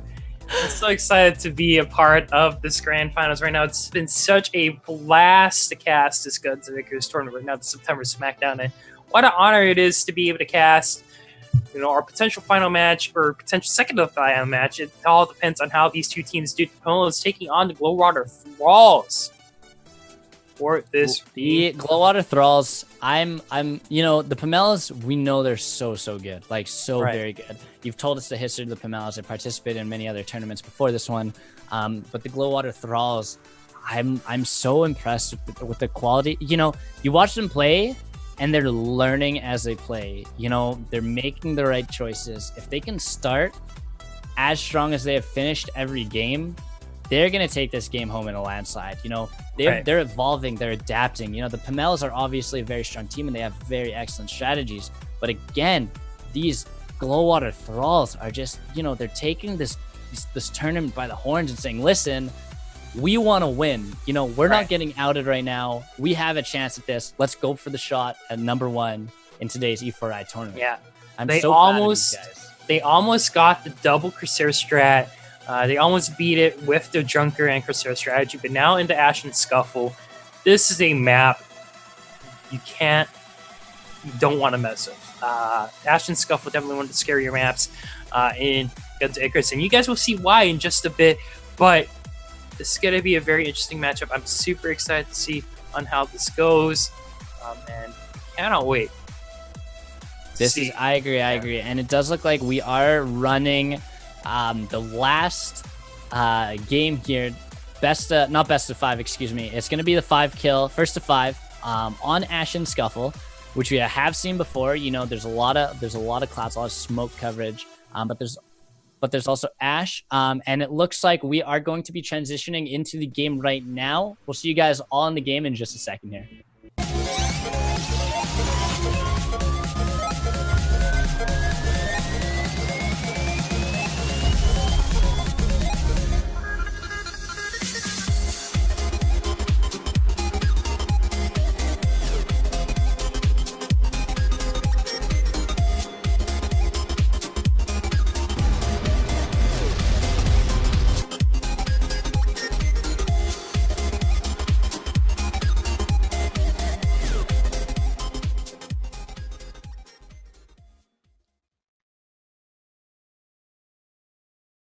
Welcome back, you guys. We are just jumping into the final match of the day. We do have the Pomelos potential final match. If the Pomelos end up losing this game, we're going to be doing a reset and they will have to play again. But we do have on the red team, take it away, my friend XT. All right, on the red team, it is going to be your winners finals champion here is going to be the Pomelos here. They're looking to get the crown for themselves into September Smackdown. On the red side here, we have the Victor Crucero piloted by Sunstorm here. We're going to be looking at a mortar on the front, double watcher on the side, double Gatling gun on the side, and a flat cannon on the back. And for the second shape, it is going to be the SS Speedy Enchilada, the Crusader. Is going to be Hellfire as the pilot, the carronade, double Hwacha, double Gatling, and a flare gun on the back. Does look like we have a small pause in this game, a little bit of an error during the start of the game, but we do have on the blue side the Giant Cheeto and Akihabara Sunday, both ships we've seen before, the Junker and the Corsair. I do believe they're keeping their loadouts generally the same. On the Giant Cheeto, we do see double Hwacha, carronade, the twin carronade, double Gatling gun, and the flare gun. Very good choice in the flare gun on this map as well. And then the Giant Cheeto, we do have that. On Akihabara Sunday, we do have the double barrel mortar, double Gatling gun. Gotta have the Gatling gun, and it does look like the double light rocket launcher as well. So pretty good loadouts on both teams. The pause has ended, and we are starting this grand final match with the Pomelos versus the Glowwater Thralls here. And this could be all she wrote if the Pomelos win this one. And if Thrallwater Gralls do win this one, they have to win another grand final matchup because they are playing from the losers bracket here. But right now, we do see both teams trying to meet up right now. And you have to be so careful in the Ashen Scuffle here because although it's a pretty small map, it does have a lot of terrain you do have to watch out for. And you do need to really keep in mind. I'd agree, especially because you are playing against a double Corsair. There is a lot of terrain that you can be bumped into, especially because the Corsair's balloon is very vulnerable and very easy to tell when it is deflated as well. So if you are going down in this map, you are a very vulnerable ship with all the terrain on the ground, especially near all this mountain. All the mountain terrain is, whether or not you keep your balloon up is going to be, I think, a huge deciding factor in this game here. Right. Right now we are looking to see what both teams can do here, but it looks like Giant Cheeto may be moving a little bit forward. No, not really. It's just chilling there. Both these teams right now are just kind of waiting out the clock, just kind of testing the waters here, just trying to see if they can get the jump on each other, but I don't think that may be happening. And eventually one of these teams will be making a move. So a pretty slow start of the grand finals here, but probably a necessary one if we do want either team to kind of come on top. We've seen this before too against in the last game, the Pomelos versus the Glowwater Thralls. We saw this. We saw the Pomelos. They waited, baited the enemy team into the trap, didn't decide to make the first move, and that's what ended up getting them the win. And if we see these Glowwater Thralls, pushing, trying to locate their enemy, we're gonna see the action. But it also might be a very excellent trap set by the Pomelos, which we've seen before as well. So now, look at this. Scouting party. Giant Cheeto, I believe, is the first to make contact with the enemy team. Giant Cheeto is going to be here to play here. The Speedy Enchilada, I don't think has been seen just yet. Still hiding behind the Lewis corner. And the Crucero now hides behind the wall. And we've seen this as well before. This big wall play, very smart. You hide behind it, you do a little bit of poke, you get the balloons popped, and then that's when you start to aggress. And especially for the fact that they aren't aware exactly where Speedy Enchilada is, they're going to have a big advantage on this. Right. Now we are going to be looking at both ships, just going to be waiting to see if they can collide quite soon. Giant Cheeto still out in the open, just saying, come at me, bro. Icarus has Sunday. Now that he took a little damage onto himself. Good. Get close range for that Gatling gun. Get nice and close. Do lots of damage to that armor. Shred the armor. Pop a balloon. Doing lots of damage to the armor. Nothing quite yet to the actual ship itself. Giant Cheeto not doing too much. Staying kind of farther away. We're seeing this. Is this going to be the bait strat? Oh, see now Speedy Enchilada. Akihabara Sunday definitely making the right choice, backing up. He has his balloon pop. That was the play. Victor Crucero, bait them in. Speedy Enchilada, run in and try to get. Oh, here he comes, Speedy and look at the Enchilada. Now Corsairs gonna be looking. doing the Corsair thing, using that max ram speed. Slowing down though, definitely slowing down. Right choice. You know, a lot of. Oh, he lost his balloon. Right now. A lot of balloons being popped right now. Yeah, Arikawa Sunday though takes a little bit of damage, but still does Giant Cheeto. Gotta get that balloon fixed. Giant Cheeto being very, very close to the ground. Pop that balloon. Now here comes a ram opportunity. Speedy Enchilada backing up. Victor Crucero also choosing to back up.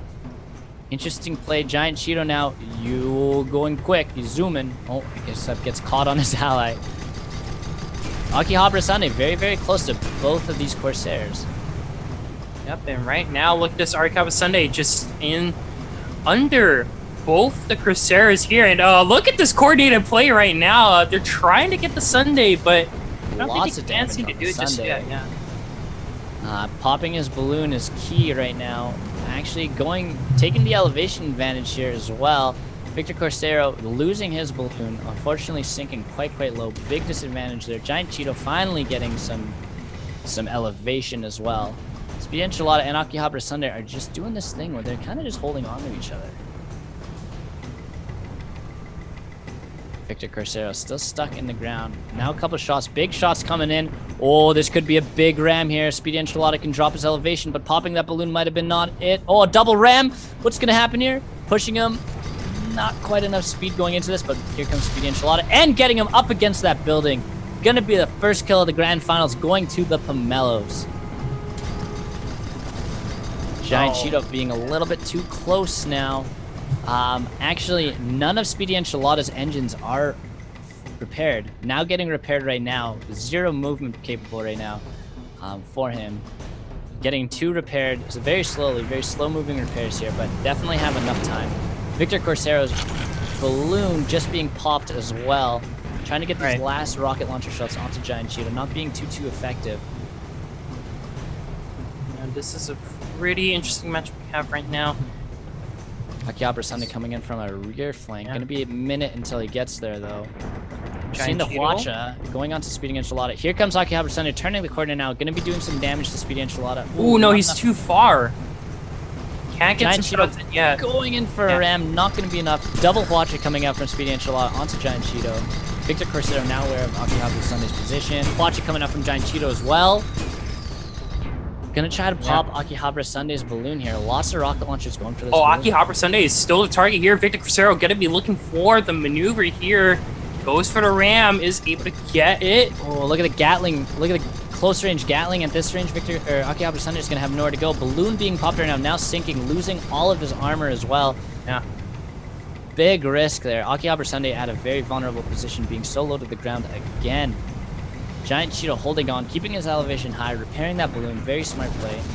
Huacha going on to him. Very close range. Losing two of his engines, actually. Not going to be a lot of mobility coming from Giant Cheeto. Now popping his balloon. Getting rammed. Oh my goodness. Ramming. Oh, look at that.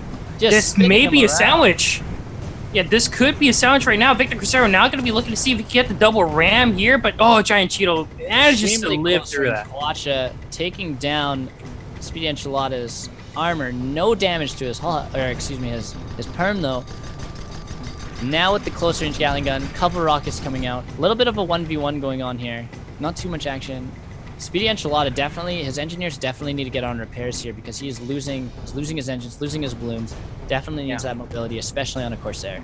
Yeah, and now let's look at the Arikawa Sunday looking a little bit aggressive here, trying to get the Goomba stop onto Speedy Enchilada, but can't really do it just yet. Now going to be in a really awkward position here. Arikawa Sunday may have to back out here unless he does have a plan here. Gets rammed once. Well, Giant Cheeto coming in from the top down though. Goomba stop?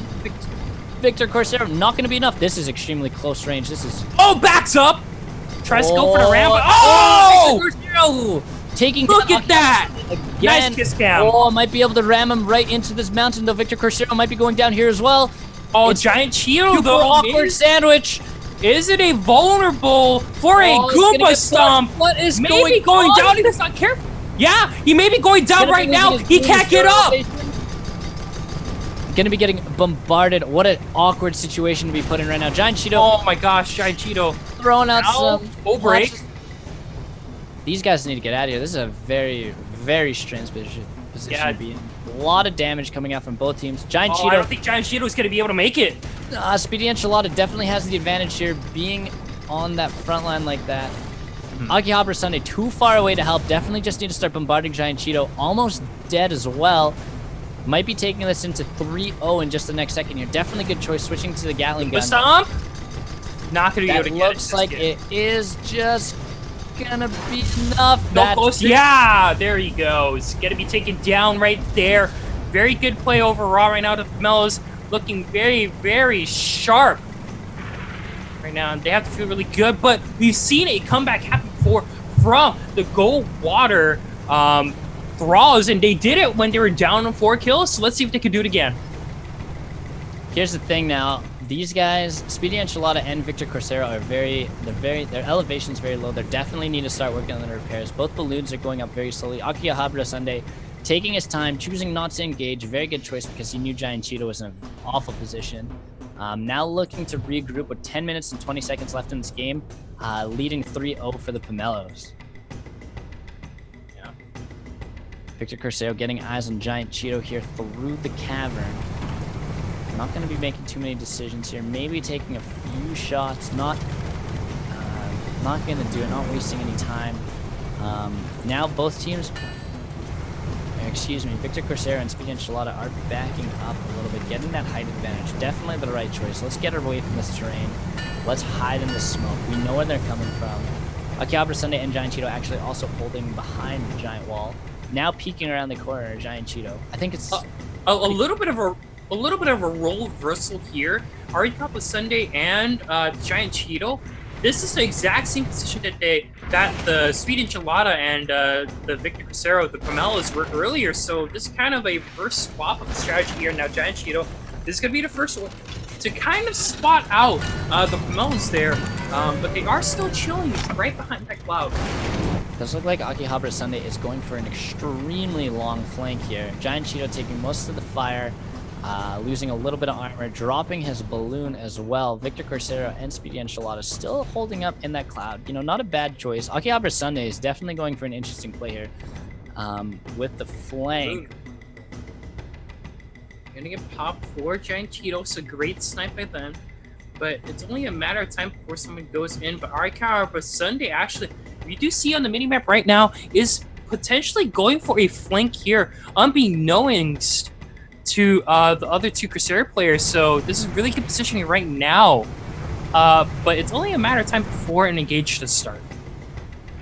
Speedy Enchilada does look like he's turning around just to get sights on the corner. Not worrying too much. He's saying, listen, Victor Corsero, you take a few shots. You take a few shots at that Giant Cheeto over there. I'm going to watch the side. Now, with vision on Akihabara Sunday, Speedy Enchilada is definitely going to make him a move for this. He's been spotted. Well. Here we go. We already see a combat here, but Akihabara Sunday may be looking at a full speed ahead. Kiss Cannon maybe coming through. Misses. Just underneath them. Yeah. Unfortunately, not the best push here. Now Akihabara Sunday going for Victor Corsero. Victor Corsero also going for a big push. Missing as well. Now sinking. Oh, no. Akihabara Sunday. Akihabara Sunday is in a lot of trouble. Yeah. Both Gatling guns. It's a 2v1. Shredding his armor.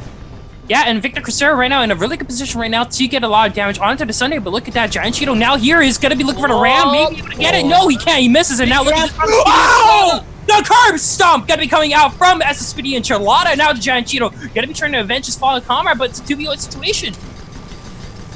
A couple players going out. Very interesting play. Giant Cheeto is choosing to retreat.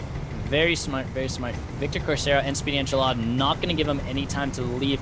It is 4-0 after all. If they get this solo pick, he is going down. This might be it for the Glowwater Thralls. Pushing Victor Corsero, definitely Speedy Enchilada. Akihabara Sunday just spawned right behind him. Good choice in spawn now. A big push. Oh no, Giant Cheeto taking a lot of damage. Maybe going down. Could be looking for a ram to end the game to get the grand finals trophy. The Pomelos do it. Congratulations, Pomelos. You know, you guys have swept the competition up to the Glowwater Thralls. You guys waited for the Grand Championship, waited for that match, came back against the Glowwater Thralls for a grudge match, and to take the game home 5-0, the double Corsair action, and here's the thing again, those pilots, those captains flying those ships, getting those perfect ramps, the team dropping the armor, popping those balloons, very, very smart play. And I can only imagine what the captains might have been saying to the engineers and to the gunners. Very well played. Congratulations again, Pomelos. XT, is there anything you'd like to say before we call it a day here for these beautiful people? And thank you everyone for watching Does September Smackdown, and congratulations to Pomelos. What a great tournament, though. We had a lot of highlights there. A potential amazing comeback going to be. We do have to keep in mind there was a lot of events happening in that tournament. For example, the fantastic run that we saw from Spud's Magnificent Glorious Squadron here. Pomelos making an absolute domination of the winners bracket. Triple L getting eliminated early. A lot of interesting stuff, and not to mention, we'll always remember Egg too. But just a ton of stuff happening for this tournament here in this September Smackdown. Once again, thank you all so much for watching. I do have some shout outs I do need to give. There's a lot of people who have been a huge help to us in getting our or in helping us getting to know this game a lot. So I do have to give a shout out to Lasagna, Petri, to Delorium, and also I'll never forget you, Kajiros, but wherever you are, you're always going to be in my heart. As you guys do know, last week under Crucible, Kajiros unfortunately got burned to the ground. So, I just got to remember him. I just got to pay respects to him. But once again, thank you all so much for watching, and to those people who have been such a great help to helping us set up this tournament.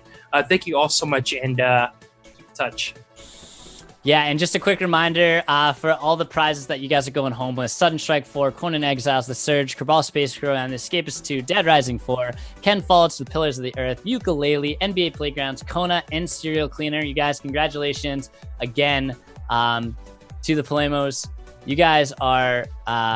or Pomelo, sorry, you guys are amazing. Thank you to everybody who came in and participated in today's E4i tournament, all the people working on the sidelines, whether it's our support staff, our beautiful CEO, all the devs, everybody who made this tournament possible. A huge thank you to everybody. I wish we could give you all games for free, because you guys all deserve it. Everybody did such an amazing job. Thank you again for the Guns at Icarus community. You guys are all so amazing.